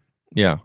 So for example, here with the Scarlett, the 2i2, like both Viper and I use the same one. I've got the cloud lifter on here. With the cloud lifter, I've got my gain to exactly 50%. Right. It seems to be a perfect volume for both this and when I go live with other people. Right. Based on how loud I talk. And I can see the circle turning green. And obviously if I talk a little bit louder, it goes orange and then turns red. Without the cloud lifter, I was turning it past 3/4, like almost 100%. And that brings in more noise, like you said, and right? So well, see, so that's what the cloud lifter does. The cloud lifter is just a little box that basically goes between the microphone, like the microphone cable. It separates the microphone cable and gives you a signal boost right there. So you have to turn on phantom power, and that powers the cloud lifter. The cloud lifter gives you 20 dB of additional clean gain before you get to the microphone preamp. Yeah. So if your microphone preamp maxes out at 60 dB, right? And you need, for something like the SM7B, you need anywhere from 65 to 70 dB, right? To actually drive it to where it sounds good, et cetera, et cetera. Yeah. Then the cloud lifter gives you that extra 20 that gives you the extra room to dial it up. Yeah. Right. I think it's always good to have if you're using a dynamic like mic like this, it's always good to have a cloud lifter off the side so that you can test things. Yeah. So let me English. With the Rodecaster, you're using the same mic as me. You are not using a cloud lifter. What's your volume? What do you set it right now for volume? I am using the cloud lifter on this. Oh, you are? Okay. So what's your thing set at, like 50% or? I don't know, but that's one thing. One thing that's weird about the Procaster is that everything is in. Like, can you lift it up and show us, or is it too heavy or too? It's all the cables are underneath the other stuff that's on my desk. So it's all software. Yeah. There are no like gain knobs or anything like that. So if I wanted to go to like voice and strength, like I've got medium, I've got strong. Yeah, I can hear that. Oh, I can hear that. Yeah. So I mean, it just basically like it's a much more sort of dumbed down version of what you do on an audio desk. Yeah. So but it's everything. Yeah. It's good for that. I mean, it has its presets, it has its compressors and de-essers and blah blah blahs and its thickeners and it's all that other stuff. I mean, when I first started using it, I just turned everything on to see what it sounded like. Yeah. And like let's go to advanced. Like right now, the only thing I don't have big bottom or oral exciter on, which but I'm gonna turn them on now. There's the oral exciter and there's the big bottom. Big bottom. So now it does sound kind of crispy. It does. So maybe I'll leave it like this for now. But I've also got like the compressor, a de-esser, high pass filter, and a noise gate. So the compressor obviously keeps the volume from going above a certain level. The de-esser rolls off some of the more harsh sibilant S's. Yeah. The high pass filter means that it rolls off bass. I don't know where it's rolled off of here. It doesn't say, but usually anywhere from like 200 to 60 or 70 hertz. It just cuts all that information out, because the stuff that's below there is audio is just garbage sound. Yeah. You can't use it. Yeah. And so it tends to muddy up the mix. I just turned off the RL exciter because it was too crispy. Thank you, Franklin. I was wondering if somebody was going to get the Queen reference. But yeah, so there are a lot of really good features in this. You could, whether you're a brand new podcaster that doesn't know anything about how to do anything, or if you're somebody who's been working with this kind of gear for many, many years, this thing is designed for you to be able to use it. Yeah. I just like to have one that was maybe just only 2 inputs, like a little bit less, but with all the same button options and recording and everything like that. That'd be cool. I hope that Rode is doing something. I really do. Yeah, I think they should do like a 2 input version, maybe without, maybe with 2 headphone outputs, maybe with just, like 4 or 6 pads, just like a smaller version of this, like, and it would be perfect for people who are like in a single setup, like where you are right now. Because like that, I've seen what the size is, and if I were to put that here, man, that takes a chunk of desk. Let me tell you how much it is. That's a lot of desk. 14 inches. Yeah. By that's a lot. 10.5 inches. 14 inches by 10.5 inches. Yeah. That's width and length and width. Yeah. That's a lot of desk. It is a lot. In fact, it takes up a huge amount of space here on my desk. Simply Best says, what about the Stream Deck? Now, I do have a Stream Deck here, and that's gonna be the next thing I'm gonna look at. I'm actually gonna look.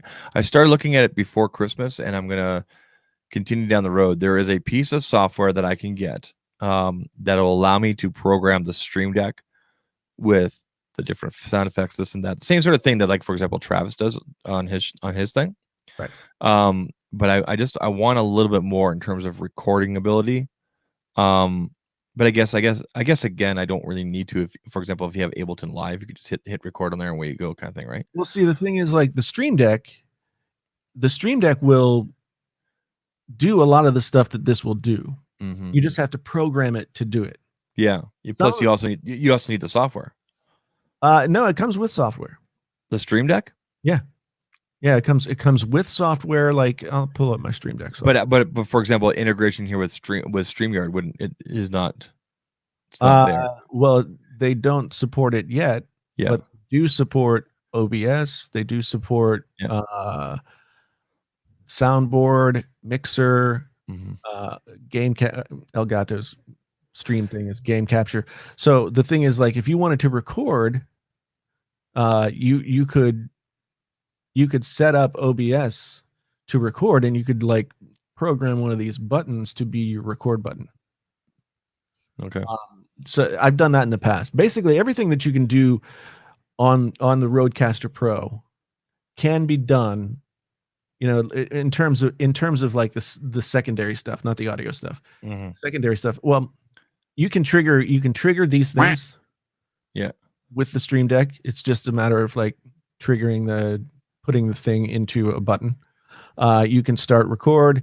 You can do overlays. You can change scenes. You can do any number of things. It's like, it took me a long time to think about. To think about, like, how I could use it. Like, right now, I have the Stream Deck set up to control my lights, to control my light, and do a few other things. Yeah. and then I have it programmed to do some other stuff too. But those are the things that I use the most, is just to control the lights, so that when I'm sitting here at the desk, I don't have to get up and go over and turn on the light and Yeah. etc. But yeah, the Stream Deck will do lots of stuff. Like I'm just looking at Streamlabs OBS right now. I'll share the screen. Yeah, maybe I need to look into a little bit deeper, because like when I last looked at it, 3 or 4 months ago, it wasn't doing the things I wanted. Yeah, So- there you go. So this is the setup that I have for. This is the studio light setup that you're looking at right now, Uh-huh. and then this right here turns on and off my main key light. This turns it to 30%. This brings it up. I forget what this one does. Work light. So if I want like more light in here, so I can like do stuff and be able to see. Yeah. I You can- have it just doing a lot of lights, but you can't do sound effects or anything like that with it, can you? you can. Or Yeah, like you can? yeah. So Okay. so here, what is so YouTube? I've got a bunch of different programs set up to do things here. Mhm. You can program sound into it with Oh. no problem whatsoever. These guys right here are overlays for OBS. So if I'm doing an OBS stream to Twitch, Yeah. I can just if I want to do a full face, if I want to do a split screen like we're doing right now, or if I want to do like a game with a box, that's what these three things are set up to do. Okay. So basically anything that you can do with a macro, you can do with a Stream Deck. It just takes some time. See, because like look here, you've got. But see, my limitation is using StreamYard, because I really don't want to use OBS for I have no interest in using those other programs. Well, you don't have to.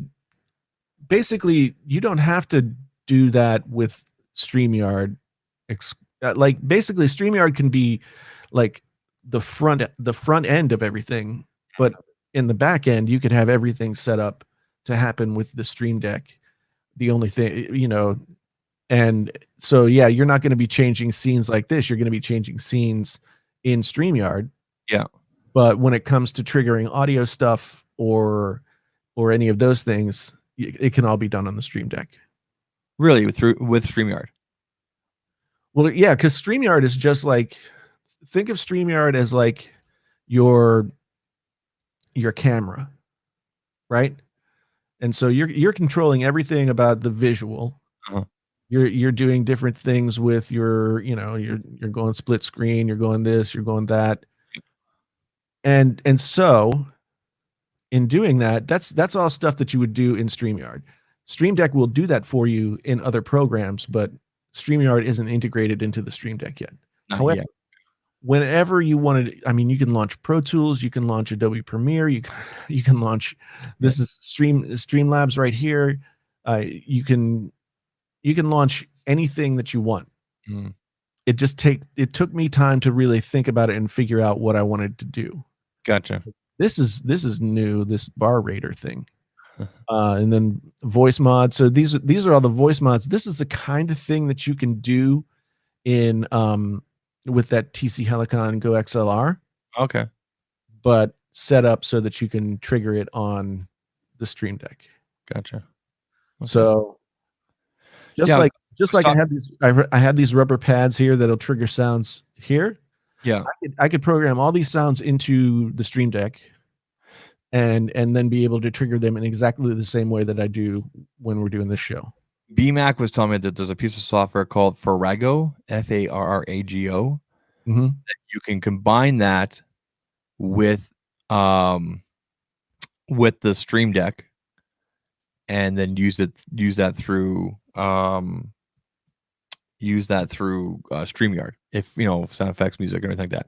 So basically, you program or use the Farrago app on your computer, set it all up, and then key different things that happen to the deck. Do you understand? Like, so Right. that's just the thing. But honestly, I think I'm gonna be patient and just see. I have a feeling that Rodecaster or sort of Rode will do a mini version and everything like that. Like right now I'm looking at their website, and right now, depending on who you buy the Procaster or the Rodecaster from, there's like this whole accessory kit that they're giving away with it. It's like $200 worth and everything like that. But the one thing that just turns me off from the Rodecaster is just the size and the cost. Do you know what I mean? Like if I had people physically here all the time, then cool, right? 4 makes sense and everything, way we go. Right. But it's me using this mic, and then when I'm doing my talking head stuff for my published stuff, I'm using the Sonal. So Right. if I put that here and get rid of the Focusrite, then we're laughing, right? So it's all in one. Yeah, I mean, you could still use the Rodecaster for the Sonal. You could just basically swap out the 2 things that are plugged into your Focusrite and plug them into the Rodecaster. Exactly, right? But like I said, it's the size and that cost thing. It's just like ouch, right? So hopefully we see Rode come with something that's Yeah, I mean, I will say that like it's a solid piece of gear. I mean, if I would basically tell anybody who wants to do any kind of broadcast type stuff, and they think they might grow, or they think they might want to do this, other things, they want as many features as possible in the same box. I would say get the Rodecaster and just don't use the stuff that you don't need. mm-hmm. Like what I might suggest for you, if you're worried about desk space, is getting like a little, those laptop risers. Okay, yeah. Just get a laptop riser and put the Rodecaster on the laptop riser, and so you still have desk space. I've actually got 2 of them in the other room there. Yeah, they're big aluminum things that would just that would sit here perfectly, to tell you the truth. Yeah, so that would sit up off the desk. It would solve the problem of like taking up too much space, because you'd still have access to a lot of it. Or you could get something like, I might eventually do this. You could get something that, like, the monitor arms that everybody uses to connect their monitors to. They make stuff like that for laptops. So you could get a laptop monitor arm that you could connect to the side of your desk and have your Rodecaster sitting on that. Yeah, that's a good idea. Yeah. So, I mean, I'm going to have to figure out some things, because with the stuff that I've added to my audio setup that's up in Studio B right now.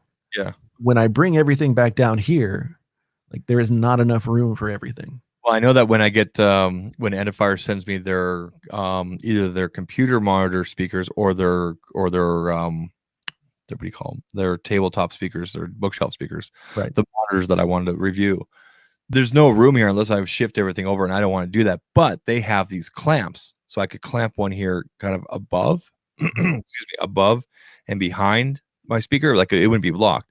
So one would be here, and then one would be clamped over here, so they would kind of swing out, and away we go, kind of thing. Right. Did you lose Viper? Oh, okay. I'm just playing. Okay.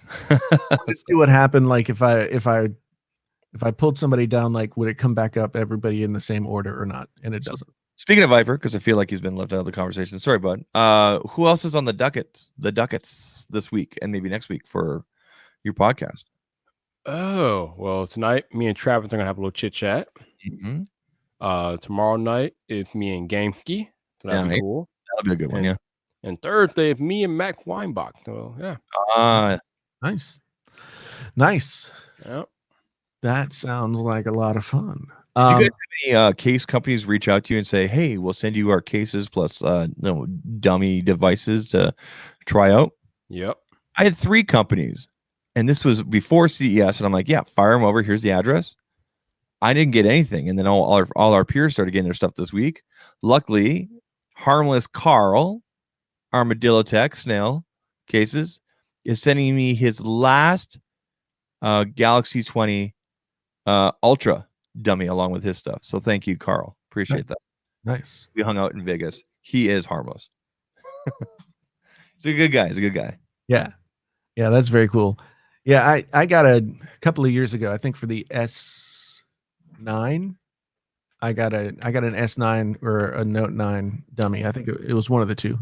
But I haven't been doing the cases. So yeah, for me, I mean, I'll do a video because he sent me the stuff with his cases and everything like that. But I'm more interested in having the dummy just in terms of this is not like, I don't generally like to do case reviews unless I actually have the actual unit, because I think using a dummy is just kind of, it's just not me, right? Other people that do it well. For myself, I couldn't, but for myself, I want to have the dummy as well, so I can do other comparisons with it. Like, this is what it'll be compared to the iPhone. This is what it'll look like compared to.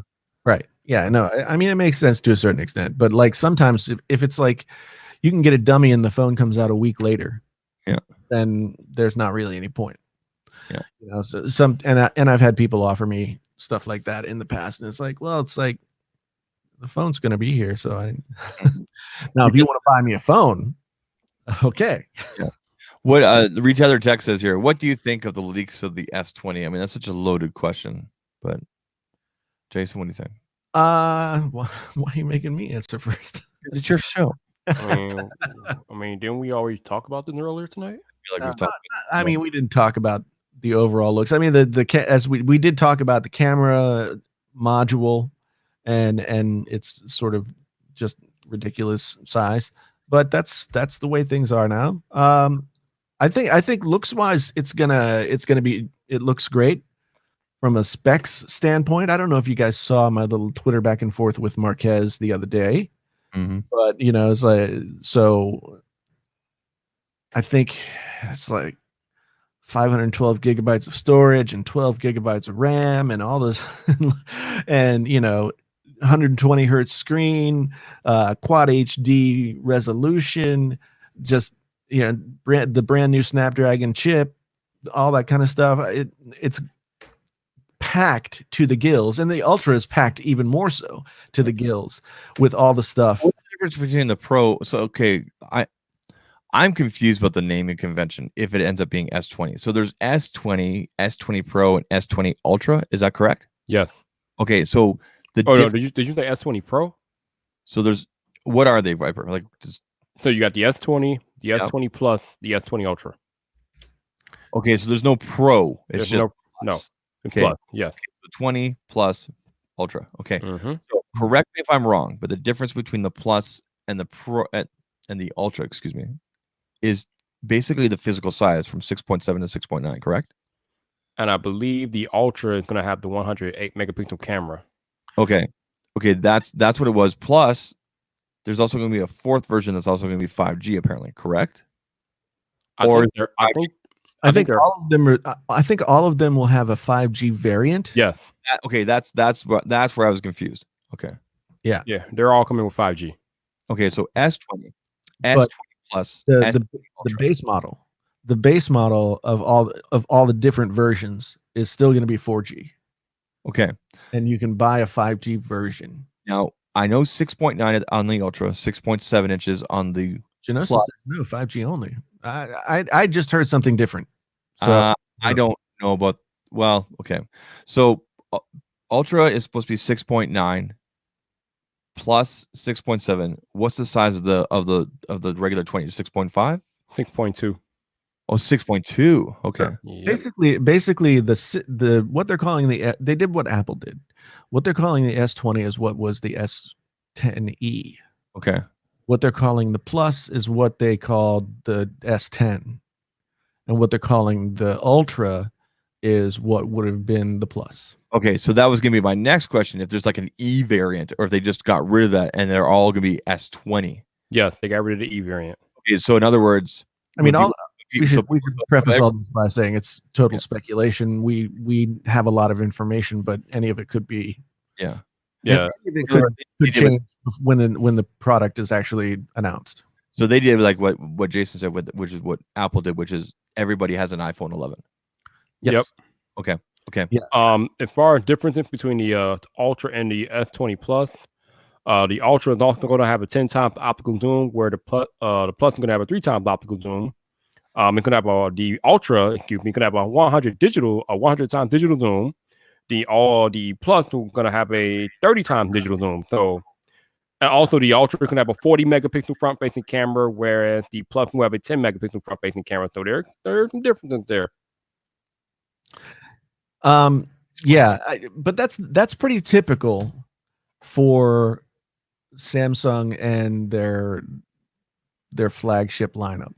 Mm-hmm. They have over the years gone to this model of leaving some features out of all but the most expensive version of the phone, you know, to entice people to buy the more expensive version of the phone. Of course, I mean, will you be able to tell the difference between the pixel bin 108 megapixel camera versus like the one that's only 12 megapixels? I mean, because 108 megapixels binned by 3 is like still 12 megapixels. So I and I'm saying this like I know what I'm talking about, but I don't.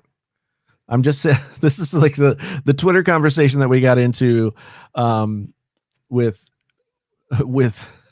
Marquez and Max Weinberg and a few other Max Weinbach and a few other people. Max Weinberg is the drummer for the Bruce Springsteen and E Street Band, of course. So let's not get them confused. These battery sizes, 5,000. That's crazy. 5,000 milliamp hour battery for the Pro, Ultra. the Ultra, whatever it is. Here, I've got the spec sheet here. Actually, I got this. This was sent to me from Simply Beth. Actually, this is just a cleaned up version. Right. It doesn't have the watermark or anything like that. So apologies to the person, but here we go. Now, I guess disregard the whole 5G thing up here, because like you said, there'll be separate 5G variants. But again, here's Genosis clarified that in the US, they're all 5G. 5G, and Canada will have LTE versions. Okay. So, but anyway, if you up here, you'll have, this is your S20. This is your Plus, and then your Ultra. So disregard the 5G part, depending on what country, but So 6.9, 6.7. Okay, so like, I need to put these side by side with current weights and everything like that. But I mean, there's no 256. It's just 128 or 512. Like, holy crap, dude! Wow, right? I could see why they did this to bring down pricing. What's that? 128? Yeah, I can see why they did that for 256. That seems to make sense. I can see that people that go to the Ultra side, they'll probably go 128 unless you have terrible data service, and then you may want to go 512, right? Yeah, I don't. It's a good question. 128 is a really good sweet spot for both power users like us and anybody else. I think the regular everyday person just needs to go 64, but again, we're not seeing that. So 128 and then 108, like holy crow. And then cameras, 40 megapixel. This is the selfie camera, 40 megapixel front. And then here you have 10 up to 4K, 60 FPS. So basically you're gonna go from 40 to 10. And then look at these battery sizes, like damn. Right. I've always said that 4K is that magic spot for Android. Yeah. So, I mean, with a 6.9 inch screen, I guess you do need to go 5K, right? I mean, the 5K is really just a matter of the aspect ratio. Yeah. And then you still have your water resistance and everything like that, which is great. You know, you can have USB Type-C. Disregard the part here about processors, guys, because it'll be Snapdragons in North America. Okay. And that's a whole different argument there. I'm interested about this. Here, I'm going to close this off. I'm just going to bring up GSM Arena. I'm going to check out weight differences between the 10 Plus and the S10.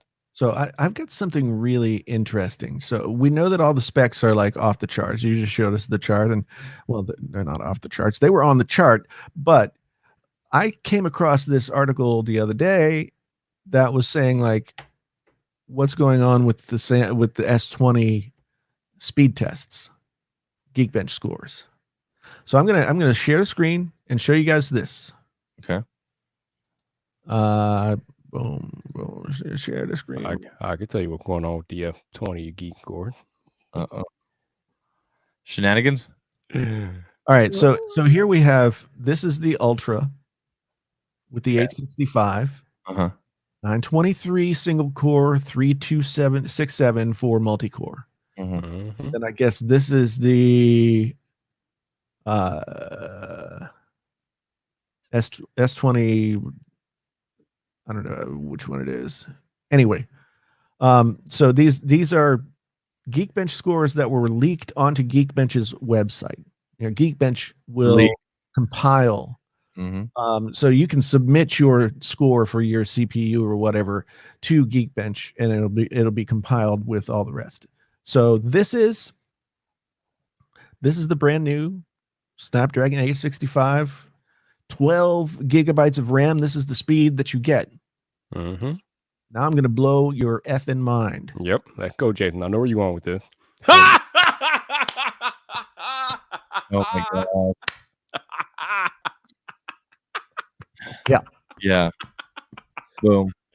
I mean, Oh boy. here's the thing. Like, this doesn't beat the iPhone 8. This doesn't beat the iPhone 8. Yeah. I mean, it's I mean, iPhone 8. Nerds rise up and go, specs don't matter, and then and yeah. Okay, look at that. It beats the iPhone 8. Yeah. But look at that single core score. Look at that single core score. This is the iPhone 8. Okay, so it beats the iPhone 8 by 2. That's crazy. Now, look at this. This is so we got problems, Samsung. Yeah. Samsung, we got problems. And nobody's talking about it. And like I'm gonna make a video about it. Everybody gets so fucking pissed off at me when I make videos like this, but come on, man. Yeah. This 12 gigabytes of RAM, this iPhone had 3 gigabytes of RAM. This freaking iPhone has 4. Okay. In Samsung's defense, though, it's not exactly Samsung that you should be mad at. It's Qualcomm, because Qualcomm makes the chip. Well, I understand that, but still, like, it's an arms race, right? It's an arms race, and I don't care what anybody says. When you see that, and you see that, Mhm. I mean, hefty, wimpy. Right? I mean, and the snap, and it's gonna do 8K video. Here's the thing. This is what really like burns my biscuit. Uh-oh. Not the biscuits. There is not a codec of 8K video available right now that can be shown on any 8K TV available. Like, you can't get content for it at all. I was talking to Soldier No Best about this, and I told him the same thing. I'm like, why is everybody trying to race to 8K and we don't even have 4K yet? Like, what are we doing? Yeah. No, and I mean, It's just a matter of saying that we can. That's what it is. It's just a flex. What are you flexing on though when nobody has an It's 8K like- TV? I don't It's know. It's so that later on people can say we did it first. We did, Well, if Samsung is going to make the argument that somehow 8K is going to look better on their screen, then they're full of crap. the United States kind of does it all the time. We were the first on the moon. So we were. I know. I mean, that's care. like a fact. I know. so we got these new Samsung's trying to do here. It's a fact. Like we did 8K first. well we got the PlayStation and the Xbox we got these new next gen systems coming out later this year that supposedly can do 8K render 8K things like that. But that makes sense because we're gonna have those systems for like what 5, 7, 8 years. So that kind of makes sense. But 8K on a smartphone right now today makes no sense at all. Like, what are we doing with that? GSM Marina's website's not working. I can't bring up the specs. So Bob asks, what real world value do we have with these scores? Okay, so here's the thing that's always been the bugaboo with Android phones. Android phones, you've heard everybody say it, they always slow down, they always bog down, they always start to lag. It's a lot better than it used to be, but this is the reason why that happens. And they've tried to throw more RAM in there to make it work better, and have more space to put things into the RAM as opposed to try and get it off the chip. But this is just like sheer processing power. This is like, okay, this is an Intel Core i3. This is an Intel Core i7. There's just raw processing power. This can do probably the same things, but not as fast. Mm-hmm. This can do just about anything that you want, just about as fast as you could hope for. And so this is ridiculous. I don't understand I don't understand. Like, look at what Beth put up. Let me find Beth's post. The A50 somehow the A50 scores 1688 and 5210. Mm-hmm. Okay, which beats the iPhone. So how does this not even break 1,000? When this, I mean, it's off by 800 points. I don't understand. I don't either. I mean, now a suggestion in the article that I read was that it was non-production software, probably still some stuff to get worked out, et cetera. Yeah, and okay, fine. I don't doubt that it's not the final version of the software. But I'm telling you what, like, this scares me. Like, what was the Geekbench score of the friggin' Note 10? It's funny that we're talking about this because there were some tests out there last year that had the Note 10 beating the iPhone in speed test in everyday use. So, I mean, take that for what you will. But, gents, I gotta bow out here. So, thank you guys for having me tonight. I appreciate you guys, and I will be back next week on the podcast. Good to see you, my friend. Thanks for being here. No doubt. Here's your Note 10 benchmarks if you just want to have those as a parting gift. All right. 700 as opposed to 6 something or 9 something, I guess. But still, like, getting nowhere close to the iPhone or the A50 somehow. Nope. All right, man. Have a good night. You too. I think we're gonna start.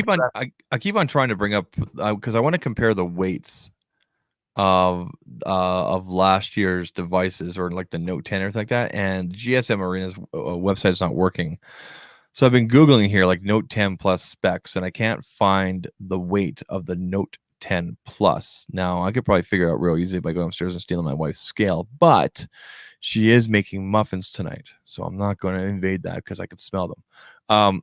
But the weight here, for example, on the Ultra, what's the weight here? What was the weight on? Oh, yeah, 221 grams. So Right. if anybody knows in the chat what the weight of the Note 10 Plus is, the Ultra here is 221. So if it's 221, what was the Note 10 Plus, if anybody knows? Please put it in the chat because I can't find it. I don't know what a gram is. So well, it's what the rest of the world uses, Jason. So which means it means nothing to me. what do you guys use in ounces there in the United States, right? Yeah.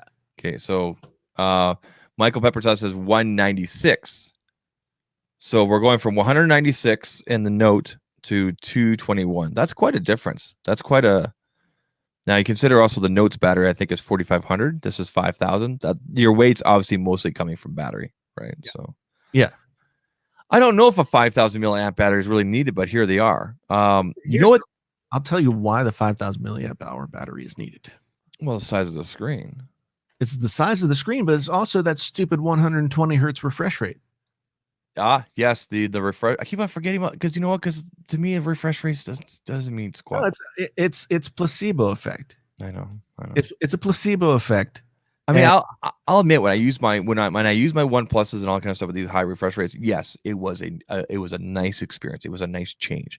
Did it affect how my interaction with the device in and out and getting things done? No, right, not at all. Am I suffering right now with my Note 10 and my iPhone with the current 60 hertz? No. And I'll tell you why it doesn't look like it does when you see this. When you see that, like, so if somebody films a phone, right, Mm-hmm. and they film it at 60 hertz, and they show you the phone moving at 60 hertz, but the phone screen is only like, or say they're like filming at the refresh rates don't match between what the camera is capturing and what the screen is doing, and that's why it looks all jaggy and weird. Yeah. So when you get the 120 hertz refresh rate and it looks all super smooth, that is simply because it's faster than the frame rate of the camera that's capturing the picture. Yeah. So I gotta take these notes. These are things that I've been meaning to bitch about, and yet today I just whined and complained about how tough my life was. So This is content here, buddy. Go. yeah, so I log in. So I got my Trello list. I'm ready. There you go. But yeah, I mean that's the thing. 120 hertz refresh rate. It's like nice thing to have, but Mhm. absolutely not necessary, and mostly just your you're seeing things. Yeah, and I'm not. Let me be really clear. I'm not saying that. I'm not trying to say no to progressing technology or anything like that.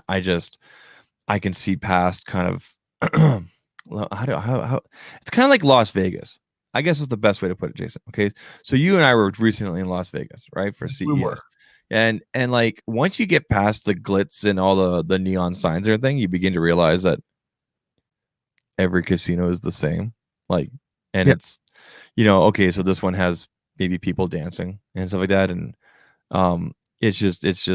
it's kind of all the same. And then you gotta go, okay, which ones am I more which casinos am I more comfortable with, right? So Right. in that way, like which phone am I more comfortable with, right? So at first glance, when I look at the spec sheet, if it is correct, the Plus speaks to me more than the Ultra. But I won't lie, 108 megapixel, it really gets me intrigued, especially with the kind of photos and the success I had last year with the Note. Right. Like, I can't wait to go out to the mountains here and do my camera stuff with them. So But this is sort of the back and forth this was part of the back and forth that we had on Twitter. Yeah. And it's like, will you be able to really see the difference between a regular 12 megapixel and I don't think 108 megapixel? No. I don't think you will on social media, and I have a feeling that we're going to see videos like that already from Jonathan Morrison. Like he'll purposely put pictures side by side and say which one was a better phone, or and it'll be like two variants of it. Here's the way that it would be better. And so Danny Winget joined the conversation when we were on Twitter on Sunday, and he was like, "So, will you be able to shoot with 108 pixels, 8K RAW?" Right, and so That's theoretically, ludicrous. Theoretically, yeah, in the like pro version of in the pro section of the app, you should be able to select that, right? Yep. I mean, it's going to create you're going to be able to record a 5-minute video with 128 gigabytes, but theoretically you could do it. Yeah. But there's no reason. So what happens with the way it was explained to me is that those 108 megapixels get shuffled into what they call bins. Yep. And then those bins get put into what would be a normal sort of like 12 meg. It equals 12 megapixel, but it just has more information. Yep. Right. Yep. Will that result in better looking photos, or will that result in anything that the consumer will notice? No.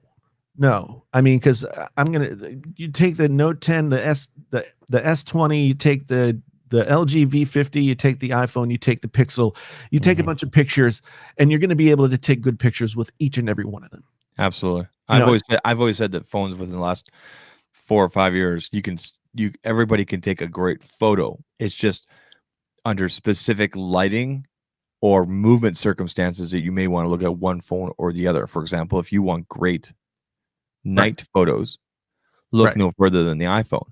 But you need to add some stabilization with that if you have any longer than a 2-second countdown with the night mode on there. Yeah. I mean, those night mode pictures that we saw at the Google event last year, all that stuff all looks great, but those were phones put on tripods staring up at the sky with like 15-second. You try taking a picture, like just tapping and holding for 10 seconds. Yeah. Just see my hands, they're just barely, that right there will ruin it. Yeah. Right there. It's like back in the old days when you got your picture taken as a daguerreotype. Yeah. Like you had to hold still. Yeah. You had to hold still because the exposure was like 30 seconds long. Yeah. It's literally the same thing now, except for night photos. Yeah. It's funny. Isn't that funny how that, wow, right? Yeah. I mean, we're Back to the Future. as Yeah. a- Yeah. so there are a lot of things that, you know, I hate to be the guy who pisses on everybody's cornflakes. Well, I don't think you're pissing, Jason. I think it's just a matter of people seeing past the glitz and glamour and going like I did my 5 points tonight about buying a cell phone. My last point, which wasn't even a point on the slides that I had there, was this: 2020 is a great time to buy a 2019 phone. I said the same thing last year. Yeah. 2019 was a great time to buy a 2018 phone.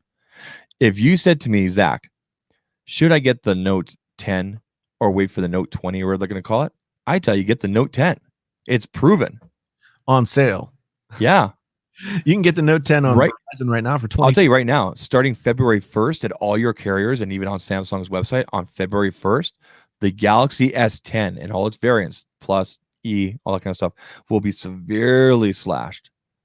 Yep. And that is a great time to get a great device. I loved my S10. The only reason I got rid of it was to get the Note. Yeah. I'm probably going to sell my Note in order for me to get the S20. I haven't gone down that road yet because I'm not sure if I can go 6 months without a stylus, but I think I can make it work.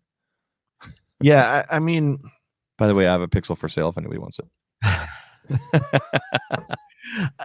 at the end of the day, like there are differences, yes. Mm-hmm. There are advancements, yes. They are incremental to the point that no regular person would be able to pick those differences out Mm-hmm. in like a blind test. That's right. Yeah, we proved that. Jonathan Morrison proved that with the Pocophone. Remember that video? Yeah. That was very eye-opening for a lot of people and got a lot of people upset. So I mean, people like their specs and they geek out over it and stuff Yeah. like that. And yeah, so of course it's fun. Nothing wrong with that. Yeah. It's fun for me to do this. Yeah. Huh? Mhm. Huh? And then to do this. It's fun for me to do this. It's fun for me to do this. Yeah. I know, right? Like, This. And then this. dude, you should release a video. You should totally do a video. Like, That's what I'm doing. That's you should call the video specs don't matter. well, That's the title. And then just have the 2 Geekbench scores up there in your hands and pictures of the phone. Oh my God, you would trigger a lot of people. I think that'd be great. yeah. I'm writing that down. You writing that down? Oh, we can see your screen, bro. Going into the Trello, man. We can see your Trello. No, look at that. Look Hopefully- at all these ideas. Look that at these ideas, everybody. See, you use Trello. I use Google Keep. all the You stuff that I've finished. You should see my Google Keep notes. I have so many things in there. Trello is awesome. Yeah. Because it I couldn't, like, I tried to use it before and I really couldn't figure it out. And then I was like, oh, now I get it. You're supposed to like take things from the left to the right. Yeah. You know, so like with my Trello, like all of this stuff is, you know, I should have stuff from here that's in research writing. I should have stuff in research writing that's over here. You know, so that when I get to film edit, there should be stuff there to publish. You know, if I ever get ahead of myself, I'll be able to do this and say like it's all this stuff, right? See, for me, I can't show because the way that I can't show you guys because of the way that Google Keep works. Because when you click on a Google Keep thing, it kind of blurs things but enough that you can still read it. But for me, I do kind of the same thing, but on every note. So I have like an initial idea, then research that I may or may not need to do clarification, and then okay, here's how I'm going to deliver it with my notes, and then I bring that up on my screen here when I'm filming, and then that's how I go. And I have to be deeply like passionate or know enough about that I can talk like you and I are right now, but I can't do scripts. But like, for example, you excel with scripts because of your writing and your background and everything like that. But you know what, Jason, I think that's a good way to kind of end things tonight. A good way to. I had to take Michael Pepper's title here. So here's your title: Samsung Galaxy S20 leaks and rumors, whatever. Samsung Galaxy S20, not so spectacular. Oh, that's a good one, dude. Thank you, Michael. I want that. Ah, My show. That is a good one. That is a really good one. Yeah, so you're right though. This is a good time to rein it in, and Not so spec. I want that video bear come out this week. Otherwise, I'm taking it next week. I'll do it tomorrow. Okay. If any of you guys have an idea for a variation of that, tweet me or DM me. Don't make it public, because I would love to do a breakdown. I would love to do a breakdown before, based on rumors and everything. So I like it. I like it. Yeah. I'm not so much in the big Geekbench stuff because I think you can communicate that better. But yeah, I look forward to that. Not so spec. Geekbench stuff. I mean, the argument against the Geekbench stuff is Mhm. like, the question that Bob asked earlier is like, what's the real world? How does that translate into real world? Translation is that you'll never notice it in the real world. That's the truth. My Note 10 has never slowed down. I have 5 Gmails coming to it, including 2 of my own like .tech that are hosted through Gmail, and 3 Exchange emails, I guess you want to call it, through my ISP Shaw. I have 3 Twitter accounts going to it, 2 Instagram, 1 Facebook, and a partridge and a pear tree. Like, I do everything on this Note. Like, I can do 99%. I can do probably 95% of my daily work and what I do for this channel and personally through this. The other 5%, I need my laptop. With my iPhone, I can do about, I would say 80%. Yeah, we are in a time. We are in a time where none of this is going to be noticeable whatsoever. Mm-hmm. For me, the question is, what's wrong with Samsung? If their Geekbench scores are so off, what's wrong? I mean, I don't think there's anything wrong. I think they've just moved past the whole. I think they've started. I have no other way to describe it. I think they've started taking kind of an Apple-ish type attitude towards things, which is, as long as it works and it gets you from A to Z or Z or whatever you want to call it, for our core people that are buying our stuff, which is not you and I, which is not the people in the chat, right? Then it's satisfied. Do you know what I mean? But see, the thing is, like, Apple does that, right? Apple is all about it just works, but yet they still have this compared to this. The thing is, like, Apple stuff is over engineered. But Apple has never. Okay. They have, yes, in their keynote said, we have the fastest process. They have said that, but they've never brought up Geekbench or any type of in-depth specs like that. They've always explained it in a way like I could explain to my mother. Like, I would never say to my mother, this device has an 11,000 Geekbench score and 512 gigabytes of storage. Mom, it's a really fast phone. It won't ever slow down on you. It'll last you a few years, and it takes great pictures of your grandkids. Do you know what I mean? Like, That's how Apple explains things, right? And yes, they will touch on the Geekbench stuff during their keynotes.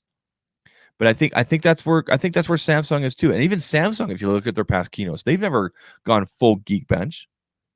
No. They've and I think that comes back to them. I don't want to say trapped, but they have to work with what Android can afford them and the suppliers. So Qualcomm, Exynos, whoever it may be, right? Right. Do I think Samsung could make their own chip and do their own thing? They do. The Exynos chip is theirs. Well, yeah, absolutely. So what's the Exynos benchmark? Do we know? Or is that a Qualcomm? This is the Qualcomm. I haven't seen a benchmark for the Exynos. So that'll be interesting when we see that, to see how close it is. But it's never been that close in the past anyway, has it? No, usually people overseas bitch about getting the Exynos. Yeah. So it's like, I've used both Snapdragon and the Exynos here in North America, here in Canada, and I can't tell the difference in a real world scenario with all my emails and Instagram. Like, you know what I mean? Yeah. So when the question is asked, what does that translate to real life? It doesn't translate to anything. It doesn't. I mean, in terms of like everyday use. Yeah. Right. Although there are scenarios like I described before where, the 12 gigabytes of RAM will help the slower chip not get bogged down by the processes that you're asking it to do. And so so people may ask, what's the point of updating the chips every year? The point is this: until we get better and more efficient batteries. And you think I could find a graphene battery at CES? No. The way battery efficiency is going to be made better right now is through chip design and through making batteries bigger. Apple did this by making a bigger battery, by making their chip more efficient with the battery. Samsung does the same thing. Yeah. Right. That's why we see bigger and bigger. That's why we see more RAM, because if there's more RAM, then there's less resources, power. Do you know what I mean? People complain about their devices getting hot, when they game and everything. By introducing more RAM, more bigger batteries, and better processors, things can cool down until someone decides to work on battery technology. And I think the battery technology is going to come eventually. I think there's pushback from the battery manufacturers lobbying that way. They don't want to see so much nickel that we can get out of the earth anyway. Well, yeah. I mean, we keep on hearing about graphene this, graphene that, but to tell you the truth, I don't know anything about what they're talking about. Yeah. Like, is it really more efficient? Can it be?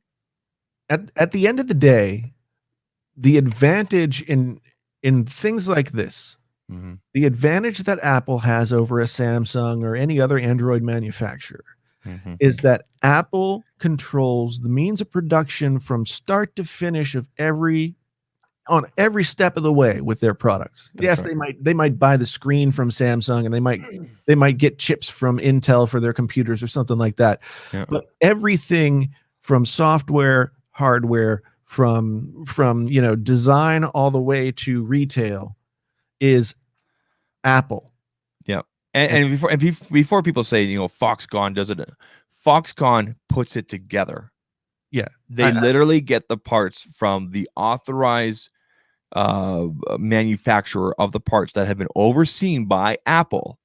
Foxconn just puts it together. Yeah. Foxconn is your kid with Lego. Okay. Here's the box of stuff. Foxconn opens up the bags. They read the instructions. They put it together. That's it. Yeah. I mean, Foxconn is just a contractor. Yep. They just put together.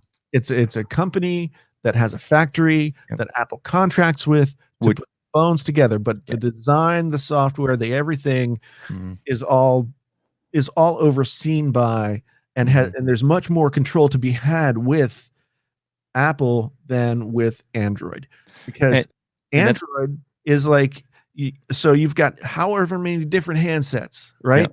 Running however many different versions of Android with however many different skins on top of them, with however many different specs, whether it's this chip, that chip, this much RAM, that much RAM, blah, blah, blah.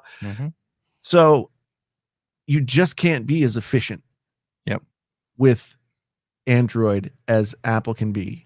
Yep. Yeah. And until Samsung can break out of that and maybe do their own thing, whether it's Tizen or whatever the heck they call it. This is just how it's going to be until there can be more of an agreement amongst Android manufacturers of, A, B, C, D. Yeah. Do you know what I mean? Yeah. But this is the same thing that we saw with PCs versus Macs in the 90s. Yep.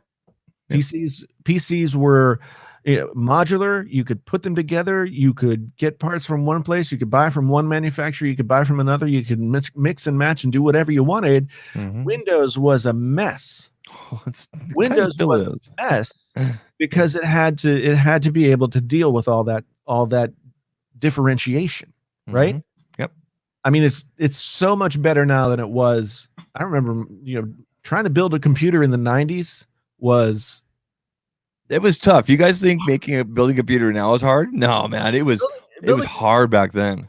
Building a computer now is like building a snow fort compared to trying to build a computer in the 90s. Yep. I mean, all you had to do to trigger people was say the word drivers, and people would just like flip, because even to this day, like my Canon multifunction printer. It's a scanner. It prints. I think it has a fax capability. All I want to do is print from my Mac here to that thing there. It's connected to my Wi-Fi, And I can't do it with my Mac unless I put all these weird drivers in. But for my iPhone, no problem. So anytime I want to print, I got to throw into a folder, into like a drive folder, and then do it from my phone. It's super annoying. And that's because of the drivers from Canon, because they're still stuck in the 90s. So annoying. That's Canon. So annoying. Yeah. But on that note, it's such a kick-ass printer too. Anyway, sorry. On that note, Triggered. I know. Everybody wants me to bring back Triggered. The shows don't seem to work. Like whenever I say new show, it doesn't seem to like get people excited. I think you should call an episode "Old Man Yelling at Clouds," and you'll get the clicks. I tried that. I did the Old Man Reacts video, and nobody watched it. I thought your new OK Boomer was really good. I like the look of it, like the opposite side of where you are right now, kind of thing. I liked it. It was really cool. Yeah, I mean, I filmed in 4K 24p. I was gonna say it looked a little different. Yeah, so I've been fooling with some stuff. Mm. But yeah. So anyway, look for this video tomorrow. Mm. Me bitching about all of this stuff. The specs. Yeah, and I mean, it's okay. I'll save it for tomorrow. Anyway, folks. Thank you for being here. Thank you for hanging out with us in the after party. Thank you for being part of the Painfully Honest Tech community. You know, we do have memberships available. Membership is like there's not very many of you. So, I mean, you know, I'm trying to work it. I'm trying to make it happen. I'm trying to do good things, but but click that memberships button and help me help you. We're so deep into it. I just turned on the regular lights right now. I never do this on screen. Anyway, so once again, Jason, Zach, Painfully Honest Tech Podcast, you know how it all goes. And thanks for being here. Until the next time, we are out.